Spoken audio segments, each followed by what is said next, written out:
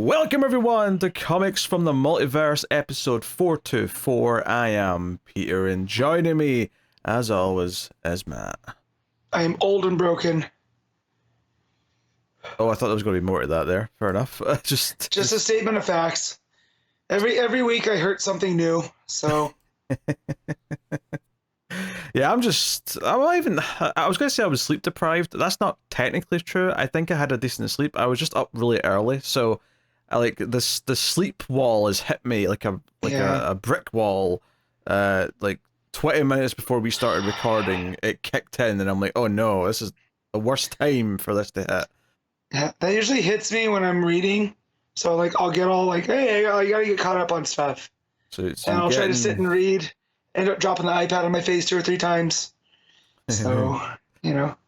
Nah, you're getting sleepy Peter this week, whatever that ends up meaning. Probably means I'll say a bunch of stupid shit that doesn't make any sense.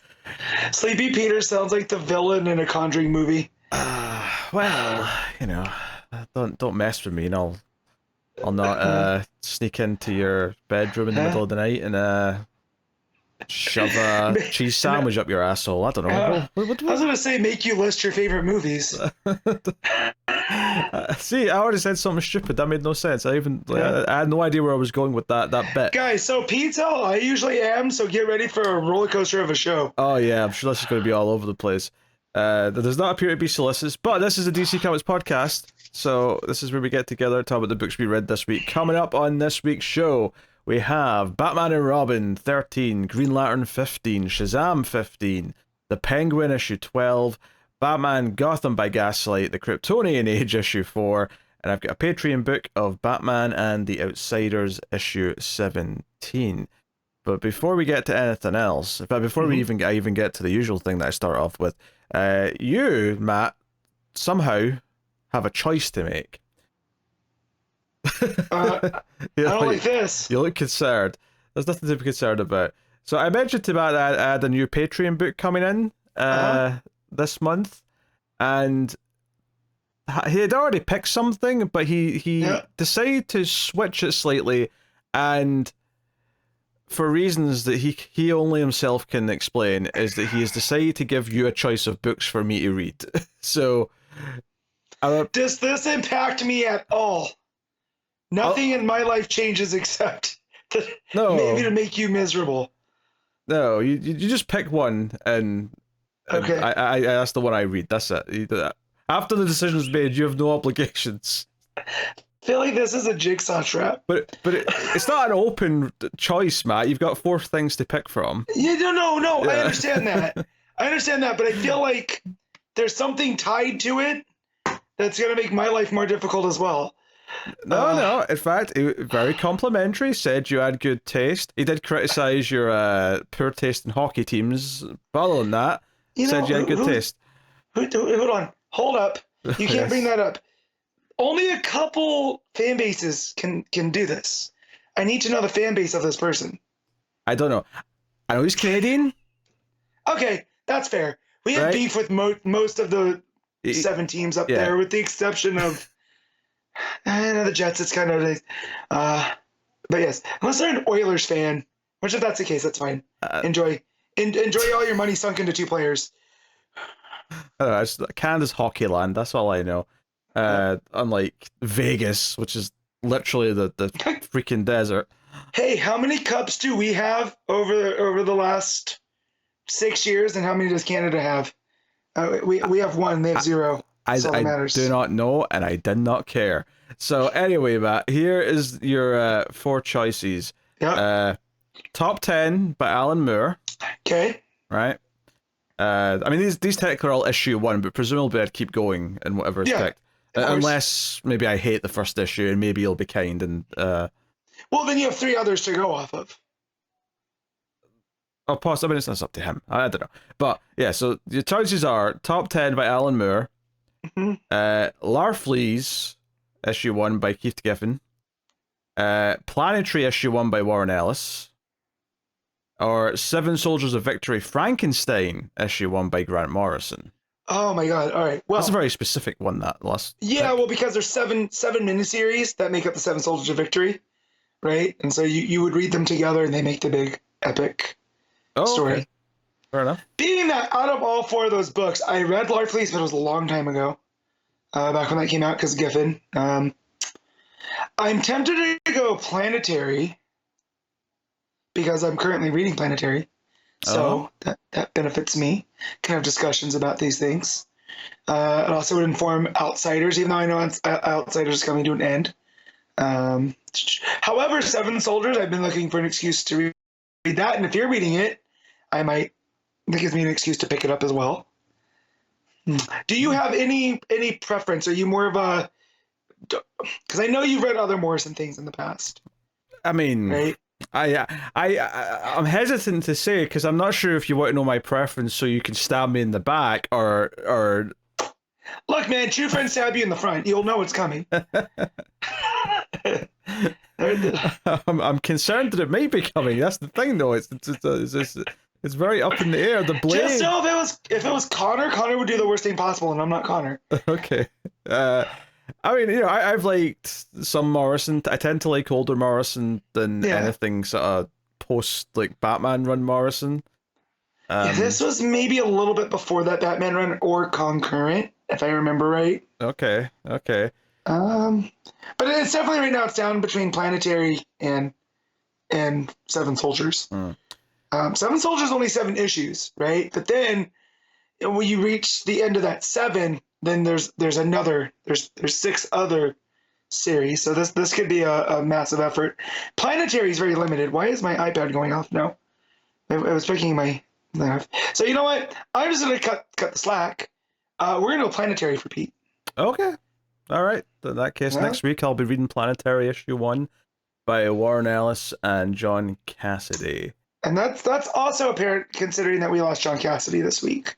Oh yeah. Was there another death as well? I feel like there was a couple of deaths this week. James Earl Jones. I was reading in the comic industry, but yes, that was also I don't know a the comic industry. I just know that because I found out that James Earl Jones died and then came home to start, checking what else is going on, and saw that John Cassidy had died. So that was not a fun day. Yeah, so you watched Meteor Man in honor of James Earl Jones?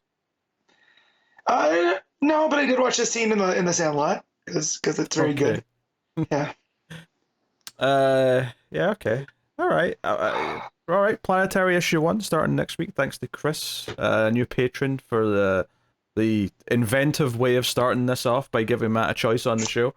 So, Chris. I'm gonna have to hit up on Twitter. I'm like, who's this Patreon that made me work? Oh yeah, so much work. The whole 30 seconds of it. Oh dear. All right. How was your week, Matt? Smoky. So there was wildfires in California, and there was 2, and it created like a funnel that led right into Las Vegas. So that wasn't fun. I think that's why my voice is still a little bit gross. It's been a rough week for my sinuses and all that other stuff. But I took a day off from work yesterday for Friday the 13th to watch Friday the 13th movies. So that was fun. Well, I hope you didn't watch all of them, because there's another Friday the 13th of December. I know, my brother just dropped that on me. Because a hockey company, like Violent Gentleman, does Jason-inspired gear every Friday the 13th, and he forgot to order. Because they're also, you can get a shirt and a hoodie for $52. So it's a multiple of 13, right? And my brother forgot to order. He goes, oh, I'll just wait till December. So now I can watch 2 more. I probably won't take that day off, though, because I just took this one. I mean, most people don't take a day off for Friday the 13th, to be fair. That's fairly unique. But I do, and it was nice. And I watched the final chapter, and I watched Takes Manhattan, and I watched something that was inspired by Friday the 13th. The movie that came out earlier this year called In a Violent Nature. So it was a nice switch up in between final chapter and Takes Manhattan. So, but yes.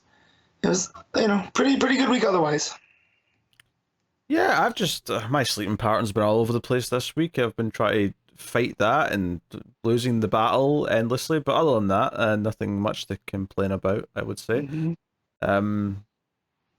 Yeah, not particularly eventful, if I can speak. See, that's that tiredness coming in. But yeah, same old, pretty much. So because I got way too much caffeine yesterday, I'm currently on a caffeine fast. So, again, I understand where you're coming from about being tired.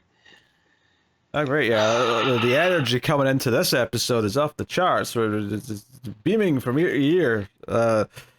Oh dear. All right, let's get into the business, and that starts off with the Kindle ranking, the list formerly known as the Comicsology Top 10, where Matt will try and guess what number one is as of right now on the Kindle Comics store for this week.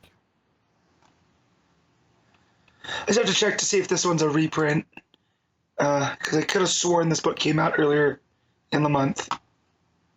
And of course, my there it goes. It is not. Okay. I wonder what that was. Then. All right.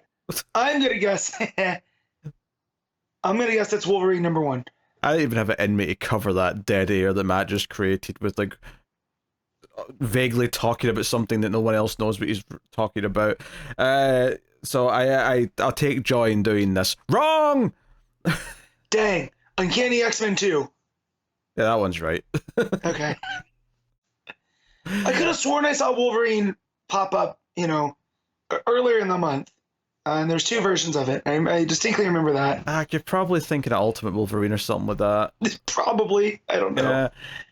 Yeah, Wolverine is number two, though. And that's Saladin Ahmed. It's on that new run. So Percy's finally done with his Wolverine tenure. Way to go.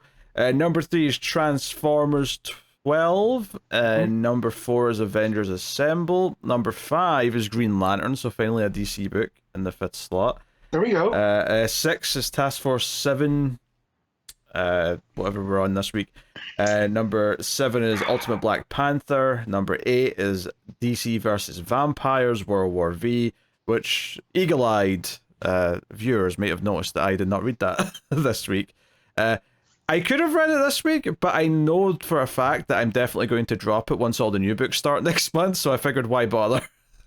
Like, it's just a waste of 20 pages. You can read books not for the show, though, too. So, you didn't have to say you were going to read it, and then, hey, just I didn't have time. Yeah, but I don't want to, though. I'm saying, if I know I'm not going to keep reading it, I don't see the point in reading issue 2, so... Gotcha. I'm done. So you didn't like issue 1 enough to keep going? If things were looking dry, I would have kept with it, but because I know they're not dry starting next month, I happily opted out at this juncture. So that's my reasoning. I'm sticking to it. Number 9 is Amazing Spider-Man, and number 10 is Fantastic Four. So not a particularly strong week for DC in the top 10. Gotham by Gaslight just missed the cut at number 11. Batman and Robin's 14, and then you have to go all the way down to 21 for Shazam, which, bit of a shame. But there's a lot of stuff, kind of sprinkled through here. There's a Turtles issue, there's Space Ghost, there's Moon Knight. Marvel put out a lot this week, so that is taking up a lot of the space, if nothing else. And yeah, so not much to add, but it is what it is. So we can get pretty much straight into the books. I did double check before we started. I did not see any solicits, so they must be coming next week. We're a little bit earlier in the month for week 2 compared to last month, so I'm sure we'll have December solicits. Maybe they'll because they're in a sequel to that Christmas book. Actually, they already announced that in the previous solicits. So I don't know if they'll announce anything else Christmassy, but yeah, come back and find out next week, I guess. So let's get to the comics. Batman and Robin 13, Legacy number 79, Joshua Williamson writing with Juan Ferreyra on the art. This finishes up the arc. It also finishes up Joshua Williamson's run on Batman and Robin, because it's got a new team starting next month with all the All-In stuff starting. So, yeah. I am happy to say, the first thing I'll get out there is that I don't think the stupid roided out Venom Damian ruined the story. Ultimately, if anything, if I was going to critique it, I'd say it didn't really do that much with it. It just kind of felt like it was solved really easily. It was a typical Williamson, hey, cliffhanger that gets automatically resolved within 2 pages. Yeah. That said, though, I still found the issue to be fairly pleasant. Mainly the way it's sort of intercut between this sort of like school guidance counselor meeting that Damien has, which is set after the events of the story, and he's just talking about his relationship with his father, and it kind of neatly does this thing where like every time you turn the page back to like what happened on the island, it tends to be like a funny transition or like a a lead in where he's like, oh, my father is, and then you turn the page and it's like vengeance screaming the word Batman, and like, so there's, but mainly it's Ferreyra's art. It's that's the showpiece here, particularly in the island stuff. But the main gist of this is that Bane actually stops Vengeance from trying to venomize Batman as well, and he says it'll help Batman cure Damien and take on Cobra, which, yeah, arguably, maybe other than some sweet stuff at the end, the highlight of the issue is Cobra coming in, two of them riding on the backs of T-Rexes with mounted guns.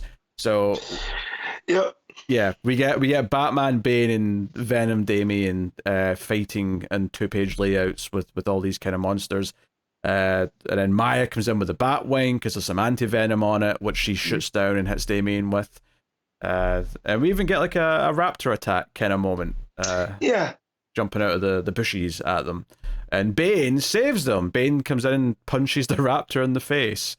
So, yeah, Bane's like, hey, you can take me back to Gotham, put me in chains, I'll pay for my sins. So it does feel like Bane's maybe getting into kind of remorseful anti-hero kind of territory. Maybe we're going to... I mean, I never actually read Secret Six, but I assume that's more what he was like in that. Yeah, so in Secret Six under Simone, he was that type that he wasn't necessarily trying to do good, right? He was trying to, progress the Secret Six team, but, he had strict rules with how they weren't killing anybody. They weren't doing this, they weren't doing that. And he was kind of bringing order to them. And that's kind of where this feels, where he's almost feels like I have to pay a penance, but then when I get out, I'm going to be a new person. But he has reminded me, because I did read a little bit ago, he's permanently venomized, right? That's part of his thing now because of because he had the Damien venom that Damien had, right? That's why he's so big. I don't remember, Matt. Okay. Asking me that as if there's even a chance in hell I know the answer to that question. Well, I thought you might remembered. No, yeah, I mean, I think there's some nice touches in here, like the pages where Damien's in the guidance counselor meeting and the counselor's just kind of off camera.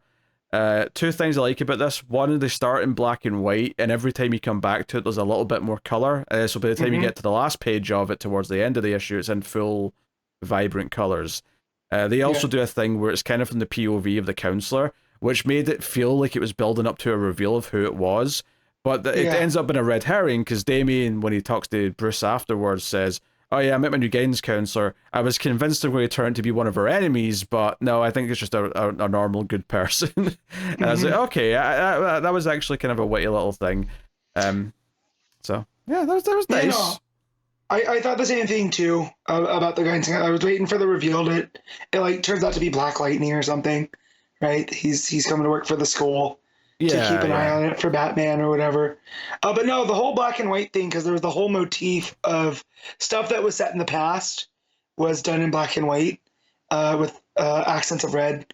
And then as it went here, it started to, that bringing more of the colors in to show like, oh no, this is actually post all of this, and he's referring to events that have happened. I thought it was a fun storytelling touch. Yeah, it also mentions in an editor's note that we'll see Cobra in JSA starting next month, so that's cool. Yeah. I'm all about Cobra taking on the JSA, especially if they bring their T-Rexes with them. So. They are going to be in Dinosaur Island, which again is a very Justice Society kind of vibey thing as well. The War That Time Forgot, all that same era as the Justice Society. So hopefully we see more of this. Yeah. Also, on the coloring, like when Bruce and Damien are talking to each other and kind of having a heart-to-heart at the end, and they're saying, hey, we got a night off, we can do whatever, and then immediately, like, the bat pager, or whatever it is, goes off. That red on that beep, beep, beep is so striking because the colors are so muted on the page, except that red, which is, like, just full-on vibrant red. It just really sticks out, and they're like, yeah, let's go be Batman and Robin. So, yeah, The little bit, not better, the little sort of sweet moment at the end is that the guidance counselor told Damien to, try, if he can't say who he is now, then he should draw who he is. And the ending, the final page after he sped off with his dad, is we see the sketchbook that he was drawing in, and it's a picture of him with all the Bat family, and he's like sort of same age friends from the island and stuff. And it just says, I am ... loved. Maybe a touch on the cheesy side, but it's a nice sentiment. Yeah. It does feel like this is the end of Williamson writing the character. It feels like a send off, not even just for this book, but also for his Robin book. It feels like that, because that was like 16 to 18 issues, right? That was about that size. Yeah. And then this was another, what will be on here, 13. So yeah, I could see them putting them together as an omnibus someday, to be honest. Yeah, Robin and Batman and Robin. So, yeah. But yeah, I do like how he brings in elements of like Maya into this one, and Goliath, the dragon bat. So to have him come full circle, it felt like a nice little capstone on Williamson's time on the character. And then when you get to that page of the I am loved, and it's like, oh, that's actually kind of sweet, because this is a character that you don't associate with that. Right, that he, of course, he knows that people count on him, but you don't necessarily think he thinks that he's loved. And it takes this, with Maya showing up on the island to help him and remembering all of his friends. That's what finally does it. Yeah, I just want to double check, because I only saw the one artist when I was thinking, but if I could see the pages of Damien being a different. Yeah. And the guidance counselor office, that looks like a different artist to me. I'm just trying to see what the hell's the credits page in this. Ferreyra is the only one listed. He's listed as artist and colorist. Yeah, I think it's just he intentionally made it feel different. The coloring's different as well, so it just looks different. Yeah. Yeah, fair enough. I was looking at it there, and I was like, you know what? I feel like this is, it looks like a different artist. So I was trying to confirm or deny it. So is there a title page? Now I'm just annoyed that I can't find the title page. I've went back and forth. Yeah, the title page is on the last page, not the last page. It's the second to last page. Oh, the 2-page layout. It says I am. Yeah. Okay. Oh, I see. Yeah, okay, there it is. Fair enough. Fair enough. But as I say, there's a 2-page spread through here where Damien's kind of reminiscing almost like as his time as Robin, and everything's red in the background, but and there's like a cityscape. But if you look into the buildings, there's elements of Williamson's run and other key moments of Damien's history. And I thought that page looks really, really well done by Ferreyra. So I just want to point that one out. Yeah, also worth mentioning, because he's sort of jumping across the page and grappling. Oh, shoot. Yeah, did you not even notice that one of them was in his Batman suit? Nope, I didn't. In my head, I'm like, oh, that's just Bruce. Right, but no, that's Damien in that costume.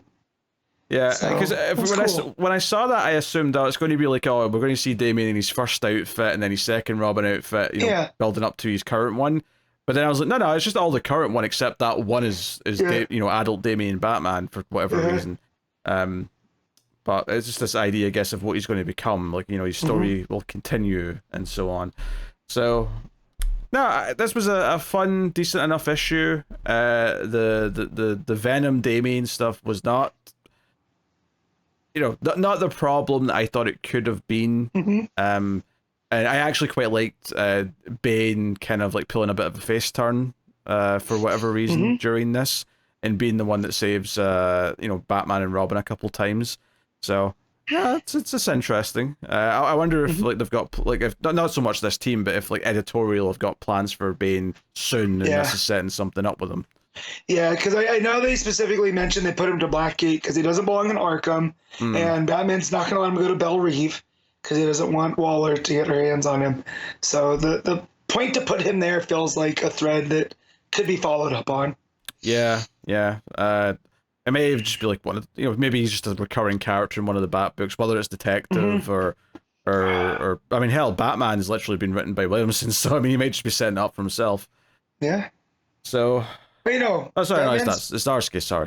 Yeah. Sorry. He's doing Superman. Brain fart. He did do Batman for like an arc or two. Yeah. I told you I was tired, everyone. All right, that's fine. What are you rating Batman and Robin. I'm gonna give this a 7.5. Yeah, I think I will agree with that. I think I would. I think the art is definitely carrying up that extra full point. Probably it'd probably be like a 6.5 without the art of Ferreyra, but I think with the art, yeah, I'll agree with the 7.5. So cool. All right, next up, Green Lantern 15, Legacy number 551. This is Jeremy Adams with Fernando Pasarin on the art, and you know I want to give credit to DC just sort of in general right now for this event, Absolute Power, because while I'm not saying that I'm like I would have preferred to not interrupt Adams running Green Lantern, but I will say between this, Batman, Wonder Woman, and Superman, they all feel like classic like tie-ins. You know, back in the day when you'd have an event and a lot of the main books would stop what they're doing and tie into the event. I kind of like, with this one especially, it feels like it's tying into the event, but all the stuff with Carol feels like it's still continuing the main story. And while I did kind of critique that in the last two for that stuff feeling a little bit shoehorned in, I felt like this issue, it felt a bit more natural, if only in the sense that it got more pages, so it felt more like a full-on B-plot in this issue, as opposed to just like one page in the middle. And then the reason that it's happening, though, as it's, you know, it helps that the events of Absolute Power are also going on. So when Carol shows up to help out and then Sorrow shows up, it feels like, you know, taking advantage of the chaos that is Absolute Power. So, but yeah, no, you know, he's managed to, Jeremy Adams, that is, has managed to really make hay out of these tie-ins. Yeah, I mean, they've not all been complete bangers or anything, but I think as far as the quality of tie-ins go to make the event feel like it's actually affecting everything, especially in this book because you've got actual developments of the main plot with Carol and Sorrow as all the other stuff's going on.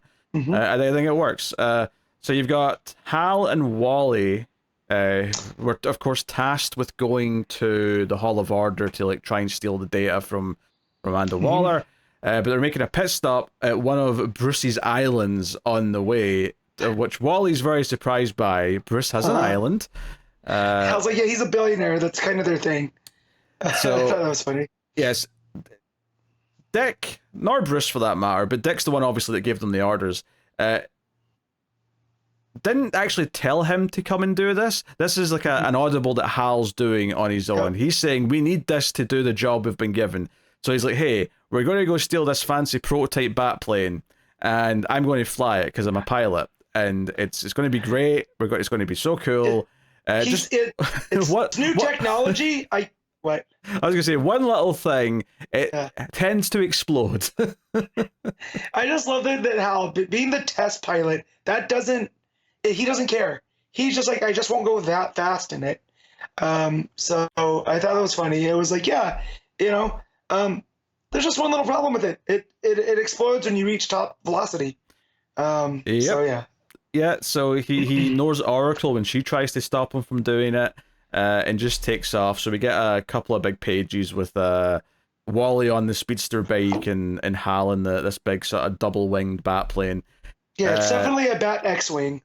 Yeah, I suppose that's what you weirdly called a Bat Wolf though, so I was kind of expecting a helicopter like Airwolf, right? So I don't know why it was called the Bat Wolf, but it looks cool. I'm sure it's named after something. But yeah, then we cut to the stuff with Star Sapphire with Carol as she shows up to help Dove, who's trying to save people from a burning car, but the crowd forming around her are starting to heckle her and throw stuff at her. So Carol comes in, shields her, and basically, you know, us heroes should be sticking together. Let's try and go somewhere quiet. And just as they're flying off, Dove starts acting weird. Dove starts saying how she should have ended her life when she had the chance. She begs for Carol to kill her, and her speech bubble goes from white to grey. And then I think that this is actually a really good introduction to what Sorrow can do, because I just sort of like had the realization, like, because I was like, wait, why is she saying this? And then it clicked before the page turned on. I went, oh, wait a minute, I think I get it. And then sure enough, the next page, it's Sorrow. So we're getting this sense that he can actually basically cause sorrow in someone, where they start like thinking of all the things in their life that will make them upset and push them to sort of suicidal levels of depression. Yeah, well, because it starts with Dove saying that she can't go to the Tower of Fate because her powers are tied to the Lords of Order and Chaos, and there's like a deal with them. So when she starts going, she's like, "Oh, I can't. Hawk and the Lords of Order are quiet. It's useless." And I was like, I didn't notice that the bubble was turning gray yet there, and then the next panel they're fully gray, and that's when it clicked that this was something else. Yeah, so I thought something's affecting her. Yeah, well, the way that they eased into it was really well handled. I think the key point though there is that it's not just like a quick, sudden, fake sadness. It is based on her own memories and past. Like it's based on things she actually does feel bad about. So yeah, interesting to see.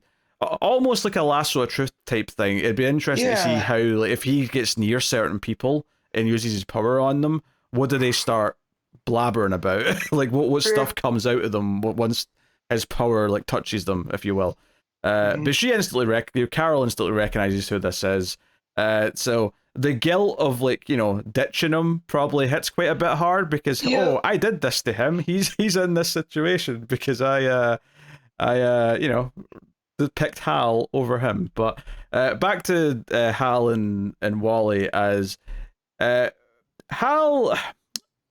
Well, let's just say he asked the Batplane what's on board, weapons-wise, defense-wise, and it just happens to mention that there's a spare Batmobile on board. This is a big thing. I mean, Matt called it an X-Wing, but let's be clear here, this is much bigger than an X-Wing because it's got a cargo hold. But he basically just launches the spare Batmobile into the Hall of Justice / Order, and like the defensive like weapons kick in and start like tasering the robots and stuff and all the rest of it. So I thought because of the way that the plane tends to explode, I just thought he was going to get in the Batmobile and then send the plane like a torpedo into the building because he was complaining there's only non-lethal options, right? And so I thought he was going to turn the plane into a thing, and then I thought about the week this came out, that's probably not a good idea. So Adams handled that fairly well. Yeah, I guess I was kind of expecting that too. Like he'd drive out the back of the plane in the car as the plane goes into the hall. But regardless, Wally speeds in, uses Mr. Terrific's little zapper like USB stick to start hacking into things. USB sphere. Yeah, and this is when Major Force shows up and starts fighting Wally. Cut to, and this is Brian and other stuff that's going on, which they were getting to in the last issue as well, is the Alan Scott stuff, and the idea that is Jadestone is the name of the Amazo here, the one that's sort of grown a conscience because of the Starheart, and Alan's really trying to say to him, hey, you've got a choice. You can choose life instead of killing people. You can choose to be something good. You have that now. And he gets the call, this Amazo gets the call to go and like help protect the Hall of Order. And as he's walking away, Alan says, hey, remember, you can choose, and goodness will always outlive everything else. So that sets up some stuff. I think what's impressed me about this issue is that as much as I thought the last two were decent enough tie-ins, I think this one balanced all of its plots and they all came together in a much better way. Yeah, he's weaving them in throughout in a way that makes the, like, not that this feels like its own issue, but it does feel more like an issue of absolute power than we've had in these tie-ins with the threads that are being pulled in. So, and I never feel like one takes precedence over the other. They're all pretty balanced throughout. Yeah. Even though you would think the Hal and Carol stuff would seem more, but I don't know, the Jadestone, whatever happens with Jadestone here feels like a much bigger deal. Yeah, well, I mean, it's set up and paid off, I think, is the point, where it doesn't just feel like it's one quick little thing. It sets things up that plays on what's already been established in previous issues, and then pays it off and gives you a big moment with it later on. And, because I'm even just going through it now as we're talking about it, I'm impressed how it's like juggling all these scenes, and it flows really well, which is the complaint I had about the last two issues. There was good stuff in both of them, and I liked most of the elements in them, but they felt really kind of stilted from a structural perspective, and I think this one handles that much better. So yeah, we go back to Carol and Sorrow, and Sorrow's like power starts sort of enveloping Carol, and he's like trying to like, why did you do this? You're like you made me feel this loss and sadness. You hurt me. Blah blah blah blah. And he's like, why did you do this? And then eventually she sort of yells that she loves Hal and starts kind of sort of fighting through it with her own power and trying to like resist. Yeah, I like what that did here because his power is pretty cool. It's like a fog of sorrow, right? And it envelops her, and as she's crying, right, because the fog's coming around her, and she's getting the same kind of sorrow tear kind of design that he has. She says because, and then I love him, and that's where the star sapphire, like that color, the violet starts popping out. Yeah, it's literally because her lantern colors means love, so it's literally the power of love is expelling the sorrow. Yeah, it's a curious thing. Yeah. Oh, it's an intentionally good choice. Makes one man weep and another man sing. That's the power of love.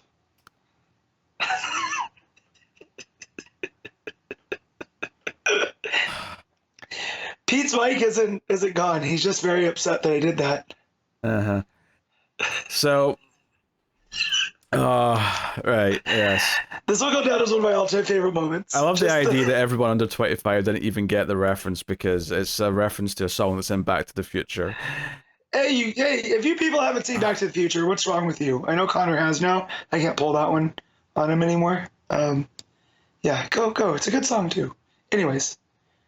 Oh dear. Anyway, so despite being pushed back, Sorrow was like, I'll never love again, and after I'm done, you won't either, which is very menacing, but he flies off.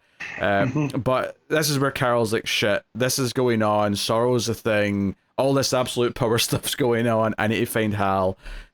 So yeah, cut to Hal in this bat plane flying away from Major Force. So we get like a cool action sequence here. The art here's pretty good. Really giving you a sense of motion and this idea that, it's like a dogfight, effectively. I think that's what the issue's actually called, too. It's called Dogfight. Is it? I did not even notice that. So that fits. So, Hal kind of like positions so that the thrusters are right in front of him, so sort of sets him on fire, which is a kind of a fun moment. But just as he's getting grabbed, just as Major Force is about to punch through the windshield, this is when Jade Heart, the Amazo, Jade Stone, swoops in and flies off with Major Force and basically says, I have chosen my orders. I do not accept the orders of Amanda Waller anymore. And we get basically Hal doing his best Die Hard 2 as he ejects out of the plane as it blows up. So we get him in the chair looking all... And he's like, oh no parachute, which didn't matter last time because I had my ring, but now my ring's not working. Yeah, well, I think the implication is that they never put a parachute in because he was the one testing it, and because he always has his Green Lantern ring, it didn't seem like an issue. But anyway, we should also mention that he was flying towards where the secret hidden power battery is to recharge his ring. So his only hope, he thinks anyway, as he's falling down in the chair, is that he gets close enough to the power battery to charge his ring midair to save his life. Does not work though, it's not going to happen. But the payoff to this again is that Jade Stone grabs him by the leg and makes it clear that he's here to help and that he will be a guardian of the battery, and even references Tom and says, just like Tom before me. And Hal's like, wait a minute, you're the new guardian of the power battery? Okay, that's a weird development, but sure enough, he recharges, he's in his Green Lantern outfit now. And this is when Carol shows up. They do a nice thing here with the narration where, you hear his narration say she's all right, and then her narration says he's okay, and then they kiss and whatnot. But,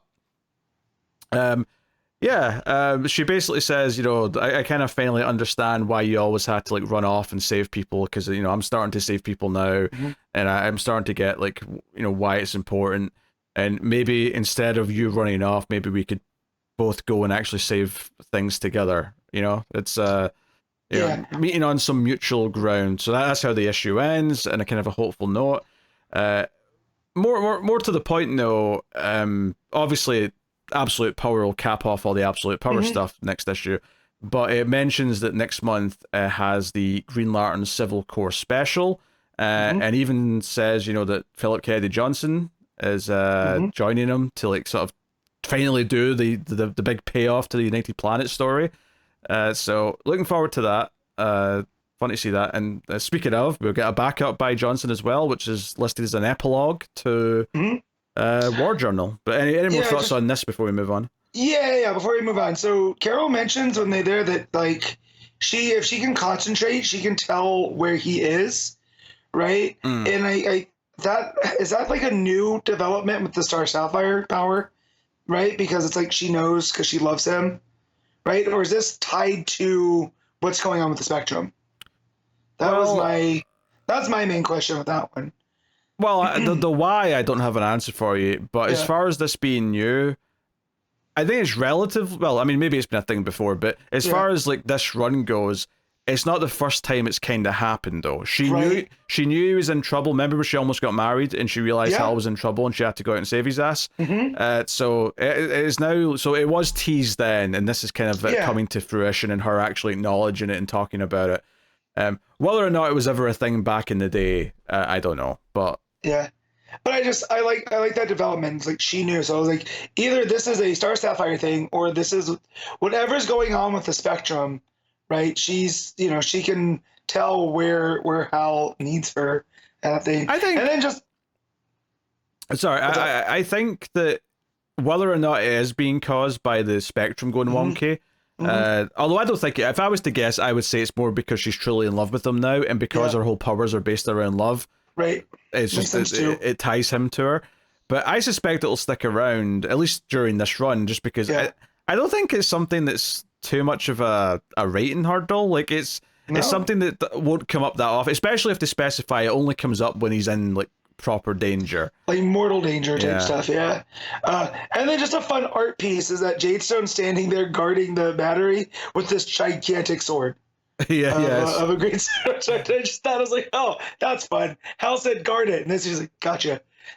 So it looks like a human being holding the sword that the Megazord would have been using. That's the size, that's the scale that we're talking about here.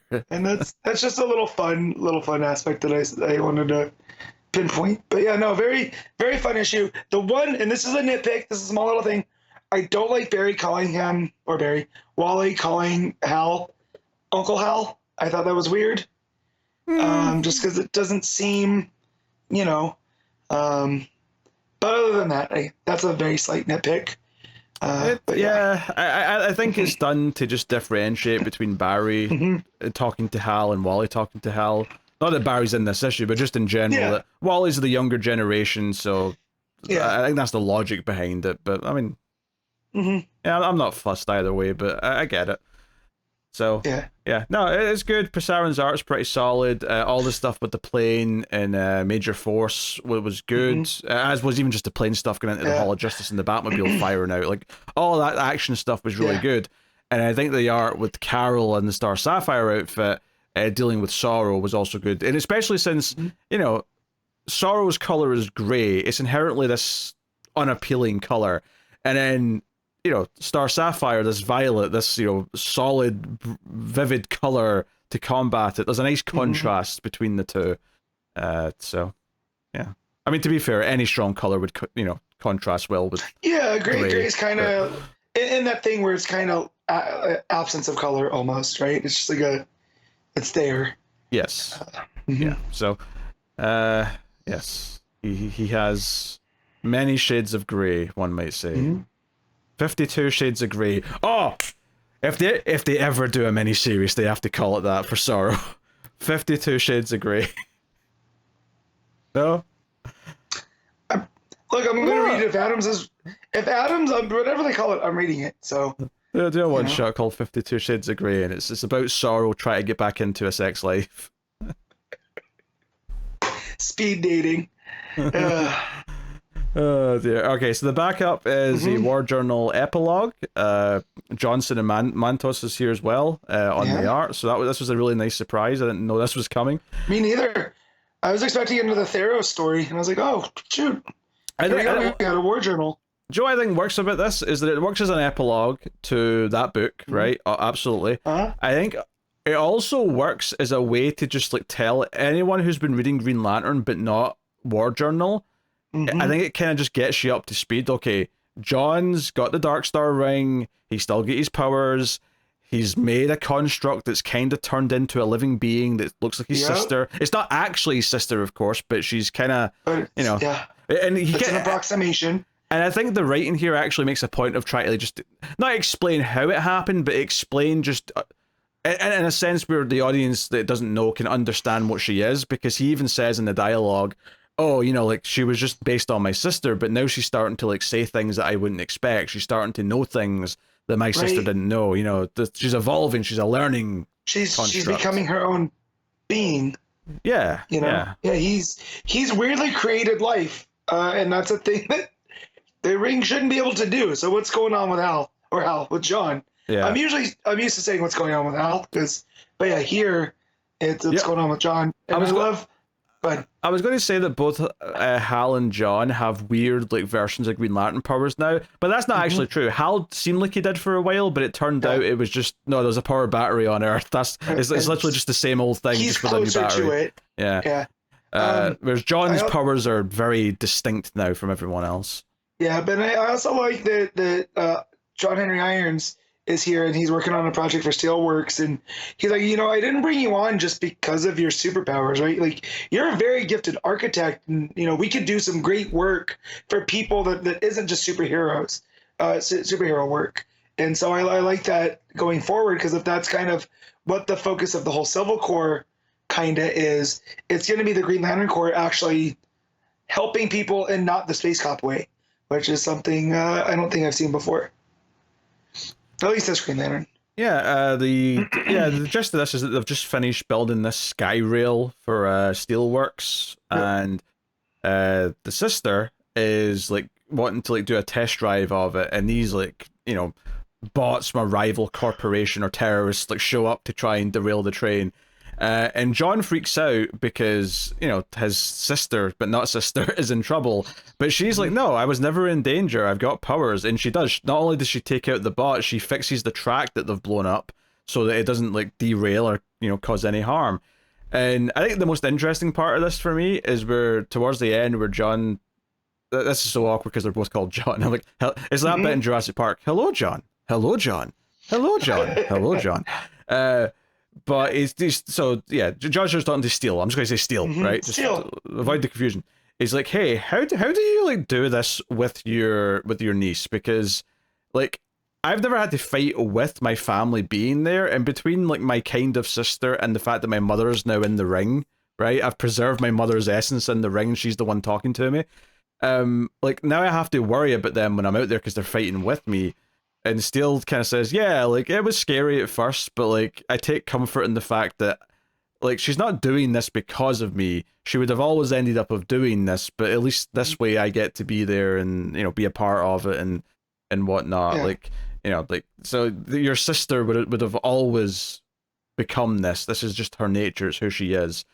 But yeah, it teases at the end here, though, that, John's got a big future, and, again, just like the main story, it says continued in Green Lantern Civil Corps special. I like that it feels like, despite the fact that War Journal's ended, because Johnson's still very much involved in this special and, like, what the next sort of main chunk of Green Lantern is, it doesn't just feel like it's been left aside. It feels like, oh no, everything that's set up is, like, going to continue and be paid off in some way. And they even reference the fact, as Castile mentions, when Natasha came back from Warworld, it was this Darkstar heart thing, and also you've got a ring now from this weird god thing. From the same old god. There's something going on, John. Like, so yeah, I can't tell what's in your future, but I think it's going to be big. It's so you're like, ooh. Yeah, he's basically, Johnson is directly connecting those two threads from his two different books here in this little moment. So. No, this is cool. I wonder. I suspect this might be at the end of the collection for War Journal when it's collected in trade. But it's kind of cool that this next, like, Green Lantern crossover or event or whatever you want to call it is, like, it's taking both books and what they've been building up to and sort of bringing them together. And obviously the United Planet stuff's been brought up all over DC over the last, like, 6-7 months between Superman and whatever else. So no, I'm excited. I've been enjoying the saga of this United Planets and Tharos and all that stuff. It's been a good ongoing web of plot that feels really well thought out. Between this, the absolute power stuff feeling quite natural amongst the different books, I feel like for the first time, really, and obviously we have been very positive about a lot of books since we started this show, since Rebirth. Rebirth definitely brought a lot of the connectivity back that was missing before. I feel like this is the first time, though, since we started this show, where I feel like the old days of, like, it really feeling like a shared world where everything feels like it's, like, referencing each other, feels like it's here. And I don't think, even at the best of times since we started this show and Rebirth and everything that came after, I don't know if I've quite had this feeling. I don't even know if I don't even think I noticed that I was missing it necessarily either. Yeah. But now that we've got it between some of these other plots going on right now, I'm kind of liking it. Stuff felt very compartmentalized, like the Bendis stuff. Whatever books he was working on. Oh yeah. They were playing in those kind of sandboxes as well, but that didn't have to do with anything else. None of, like, Justice League wasn't being informed by Bendis unless Bendis was writing a story in Justice League, right? So the fact that the editorial's working seamlessly together with the writers and artists, and they're being able to create this tapestry of, like, where it feels like the world of DC is actually there. It feels alive, yeah. Yeah, and that's a good feeling to have and they're not beating you over the head with it either, where you're having to bend over backwards to make continuity work, because they're just trying to tell the best story they can. Right? Yeah, no, it's felt fairly natural, at least to what I expect from a comic book. And like I said, it's not just the two Green Lantern books referencing this thing that's going on with the United Planets. It's popped up across the board. Anything involving people going to space, basically, has mentioned it, and that's just a good bit of editorial there. There's an art to keeping, like, a shared universe going, and we see how hard it is, in movies, even with Marvel, and like how much of a wet fart that's been for the last few years. So it's interesting to see them kind of get back to it. And I do wonder if part of that is Wade, because Wade was around during 52, during Infinite Crisis, and, like, obviously he wasn't the main one spearheading that, but I wonder if, like, having a couple of experienced people from that time period around is helping that considerably. I'd be very curious. But because when you look on the writers of 52, Wade's the only one that's still actively working for the company too. So I wonder if he's kind of bringing his mentorship to some of these younger writers, and be like, hey, if we all kind of work together, it ends up being better. But yeah. All right, Matt, what are you giving Green Lantern 15? I'm gonna give this a solid 8. Yeah, I think that's probably right. Part of me almost wants to, like, applaud it for just feeling like such a complete package between both the main story and the backup being good, both feeling like they're building to this next Green Lantern story, and also effortlessly tying into the main event, even better than either of the previous issues did. The downside, of course, to having it both do its part of the run and also tie into the main, like, event that's going on, is that it does mean it's a bit awkward in the future when you're reading the trade, and, like, all this absolute power stuff, if you're just reading Green Lantern, is going to feel a bit weird. But that was the sort of thing back when I was getting into comics, before I was reading singles, where, like, I was reading Green Lantern, and when I got to Blackest Night, I instantly said, well, I need to read a bunch of other things that are going on. And because other characters would reference what was going on in their books, that made me want to try other books in DC, and it became this kind of spiraling thing. So with a bit of luck, maybe this will do that for a few people and get people reading some books that they wouldn't have otherwise tried. So, all right, cool. Shazam 15, Josie Campbell writing with Emanuela Lupacchino on the art. So this is the final issue of this arc. Not the book, thankfully. Campbell starts a new arc next month. But this has some big developments in it. Obviously, we started doing that sort of second narration for Freddy last issue. There was that second, the little green box along with his that was sort of doubting everything he was saying.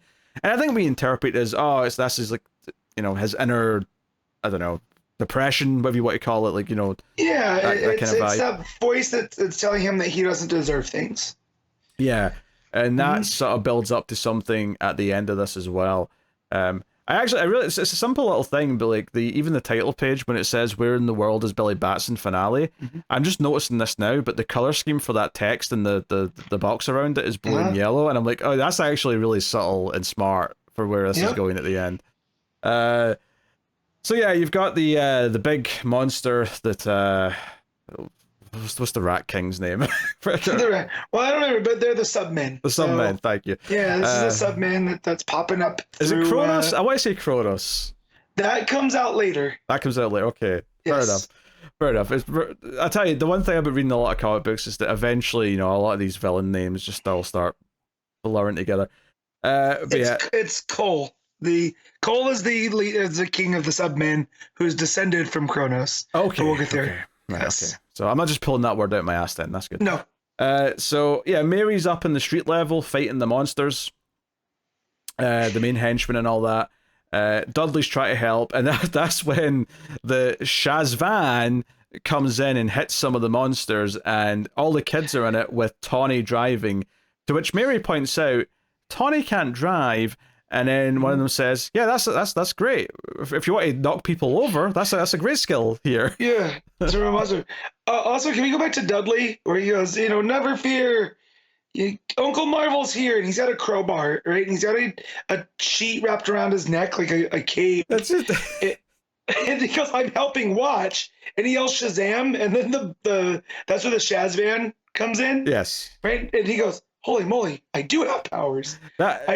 I thought that was so funny. There's something funny to me about this sweet old man with these best of intentions, but his main superpower is effectively the same thing that killed Jason Todd. It's just a murder weapon. That's all it is. But no, it's a tool because a pry bar is used for opening boxes as well. It was just meant to put Jason Todd in a box when he used my Joker. So, but yeah, him going, "Oh, I do have powers," and it's just the van barging through these monsters. I thought that was well timed. Yes, that was funny. The books, Campbell's killing it. Really, I've liked this arc a lot, and she had a lot to prove because this was, after Wade's, tenure on the book. But I think this arc's really built up to something quite cool here. Yeah, so, yeah, I was a little confused when we first cut to Billy because I actually, was like, okay, where's Billy exactly? And that's kind of the point. We don't really know where he is. He went through a magic portal the last issue, and he ended up here, and he's with this kid. But yeah, so that leads to a whole thing with Billy's story. Meanwhile, the Secret Society of Monsters are working with the Submen, and they've made a pact with them, and they're basically going to bring down the entire city of Philadelphia into the Submen sort of layer or level. So we get this big great 2-page layout of these sort of kind of fissures appearing all over the city, and Mary and Dudley kind of tripping over and oh god, what's happening? I think one of the things I liked about this issue is that Billy gets a cool story where he gets to sort of build up to the okay, you know what, I am Captain Marvel. He doesn't say those words obviously because we don't say Captain Marvel anymore, but that's basically what he builds up to. I think Mary gets to a complete badass up in the surface level as she's holding up the city, basically, right? Because basically it stops moving, and the time of monsters is now. Wait, why is the ground stop sinking? And you just see Mary holding it up on her shoulders. It's kind of badass. I love that both of those characters get really good beats in here, and then on top of that, the third plot is building up to Freddy's ending, which is a fist pump moment with a caveat. That caveat being, of course, that it seems like whatever's giving him his powers back, which is separate from he's not getting his powers from Billy, he's not getting his powers from Mary. He picks up the Shazam-esque sort of magic stone and gets the powers. I feel like we're going to get kind of I don't want to say evil Freddy, but I think we're going to get in Smallville when Clark has red kryptonite, I think we're going to get that version of Freddy, and I think the voice that he was hearing, that second narration, was coming from this artifact of some kind. Yeah, so they have Evil Eye, who's the graffiti artist that was dropping, making all the portals. Ends up making also pulling knives out of the graffiti to use as stabbing weapons. Yeah, go on. And it's through Evil Eye that Billy ends up back at the Rock of Eternity, but he's in the hall that is holding the 7 Deadly Sins, and also because there's narration going on by Billy about he's will you defend the earth from villainy, keeping the instruments of evil locked in the rock of eternity for all eternity? And it's here that you see all of the stuff and this green glowing lightning bolt there. Yeah, actually, so just to clarify what you're saying there, yeah, the idea that the writing here is very good and that it has Billy accepting the oath to protect all the evil things that are locked in the Rock of Eternity, as Billy is tempted to use one of them, to take one of them. Right, so we hear that they are bad news right as Billy's reaching for one. So, sorry, Freddy's reaching for one. Sorry. Freddy. That's quite good. It makes it feel ominous. So even though you get that full page spread at the end where he's blue and yellow, he's got the long hair, he's, you know, I'm Freddy, I'm back, right? We've got a third Shazam family member again with powers.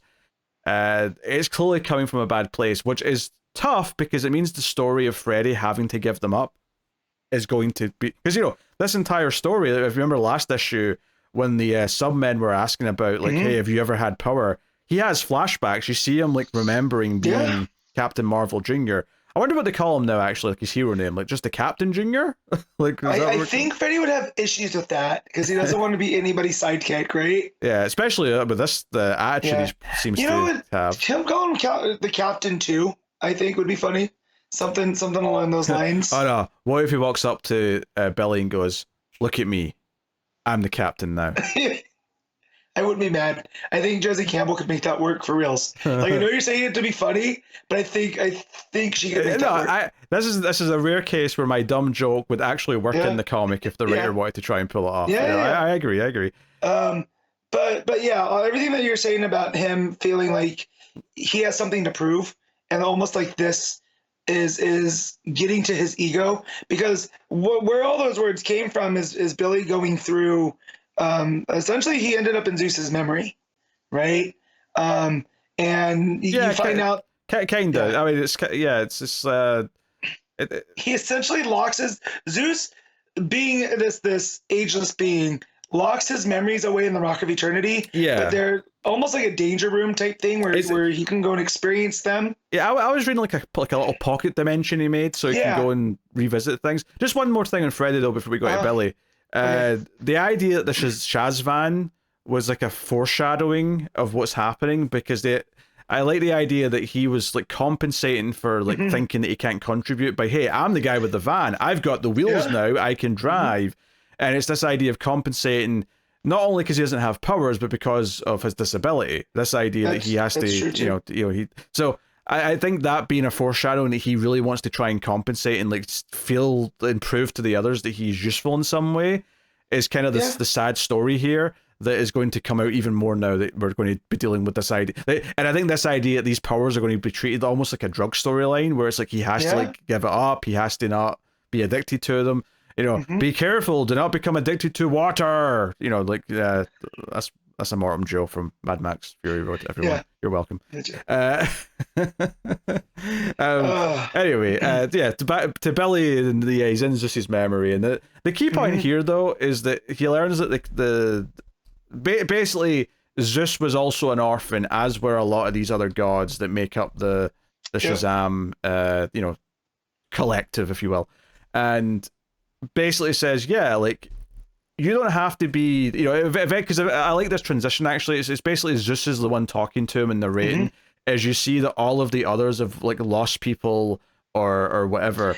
It's that even though they're gods, they are flawed in a certain way, right? Yeah. They're still subject to emotion and wants and needs and failures, and that's what drove them, right? And that's what drove them to become gods, right? They're almost like the struggle reveals who you really are.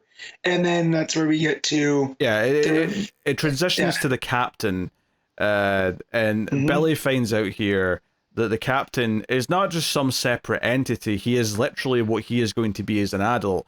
And this is where, they point out wisdom, and Solomon, I assume this is saying this, wisdom is not intelligence. That's a misunderstanding of what wisdom is. Wisdom is experience. Wisdom is more than that. And that's why the captain is literally who you're going to be as an adult. This is the older, wise version of you. and you are both part of the same person, you know. So as much as we've been treating it as like two separate entities, but it's really only become two separate entities because Billy's been kind of resisting the captain side of him. So yeah, like we get this big build up here where we get this great moment just as Freddy's reaching for the gold Shazam looking artifact, or even slightly green, even a push. And we get this great page where Billy accepts to join and say the word. So we get this page where he says Shazam, and the page is split with lightning down the middle, and then the other side of the page is Freddy saying Shazam. It's like, chef's kiss. This all came together very, very beautifully. Yeah, for sure. So yeah, even the at the top where you see the electricity between Billy and the captain. Oh, and Freddy and the artifact, they've got a little spark as well. Yeah. Yeah. So. Yeah, very good. So it's just as Billy's accepting his own flaws and the idea that because that's the other thing that you know, Zeus or the captain says is that like you don't have this role. You're not the captain because you're the perfect child or the perfect person. You have this role because you've been through a lot and still fight for good anyway. That's what gives you the qualifications, if you will. So, but the idea that he's like accepting this burden because he's the one who should take it, as Freddy's reaching out and taking the power without like earning it, is a very interesting comparison between the two paths. Well, and then it's almost like, and again, it's not an evil version of all of that, but it's something that whatever is reaching out to Freddy, it's stroking his ego. Yes. In those blues. It's definitely malicious narration. Yeah, and it's going like, because you refuse to lose, because you realize that you are worthy, because you're only as powerless as you let yourself be. So again, it's stroking his own ego, and there can be a healthy way for Freddy to take this, but is he ready to accept that message that, you know, we'll find out. Like you said, it could end up being like a drug storyline where he feels like he's only like this because of the powers. That's where he's getting his worth from. Yeah, so Mary's still holding up the city. The captain now shows up and, you know, strikes a bunch of lightning to fix the city, which is maybe a bit of an easy fix because, you know, but whatever, magic, just go with it. So, you know, Mary's happy to see Billy. The king of the submen jumps out and is very upset, and that's when lightning strikes him, notably green lightning, and the final page is we have Freddy in his full outfit, but with the addition of a second Shazam logo inside the Shazam logo, which is the sort of the green tint one, so it's like the artifact inside his actual yellow symbol. Yeah. So very curious to see where we go from here. But I love I like that it's built up to this. It feels like Josie Campbell really had like a direction of what the next arc was going to be, and maybe Wade had like an outline of like what the next few arcs would be, so she's working from that or whatever. But it still feels like it's all very like leading into the next. Everything feels very thought out. So, and even his speech bubble's got like a green kind of border around it. You know, there's definitely like all these like hints telling you something's not quite right, which is cool. So yeah, very, very nice. So yeah, I thought this arc was pretty good. Particularly the start and the end of it. I think it was good in the middle, but I think the first and last issue of this like I think 5-issue arc, I think have been very, very strong. Well, and I like here too that it's gone from feeling antagonistic with the gods, with Billy and the captain, to them being like, no, see, like we know you're worthy, but you need to know why you're worthy. And so them coming along and like them realizing their place as well. I thought that was a nice little transition from what Wade was doing with them to here. But yeah, seeing now that Freddy has his power back and we'll have another Shazam sibling, it feels like we're heading a certain direction. So it almost, I feel like Campbell's taken what Wade was doing and is kind of doing it her own way now. Yeah, I have no doubt that they'll all have powers again at some point in this run, but I don't think Freddy's keeping this particular power. No. Unless they do a story where he tames it, like the Green Power Ranger is able to keep his power even when he breaks away from Rita. Maybe they'll do something like that. which would be interesting because it would mean that Freddy has powers now. He'd be the third character at the family to have powers, but all of their powers would be coming from different sources, which is interesting. Which makes sense as well, because of how that it's not Billy giving them the powers, right? They're finding these things on their own. Yeah. You know, with Mary and the goddesses, and now Freddy with whatever this is.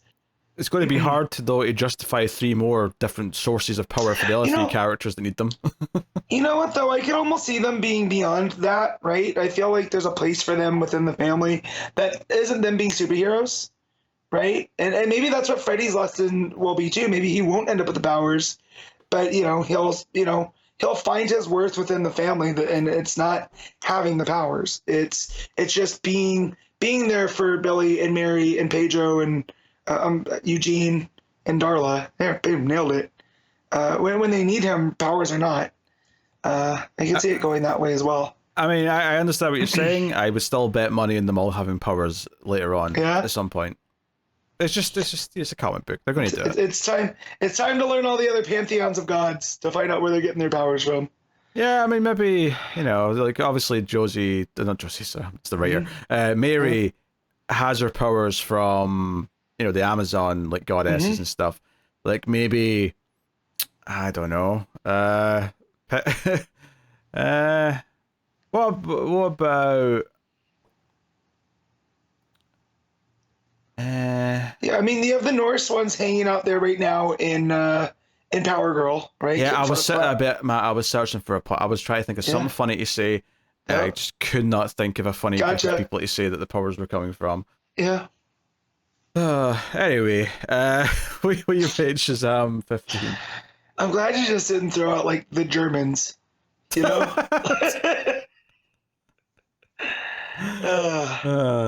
am I rating? I'm gonna give this an 8.5. I really enjoyed this one.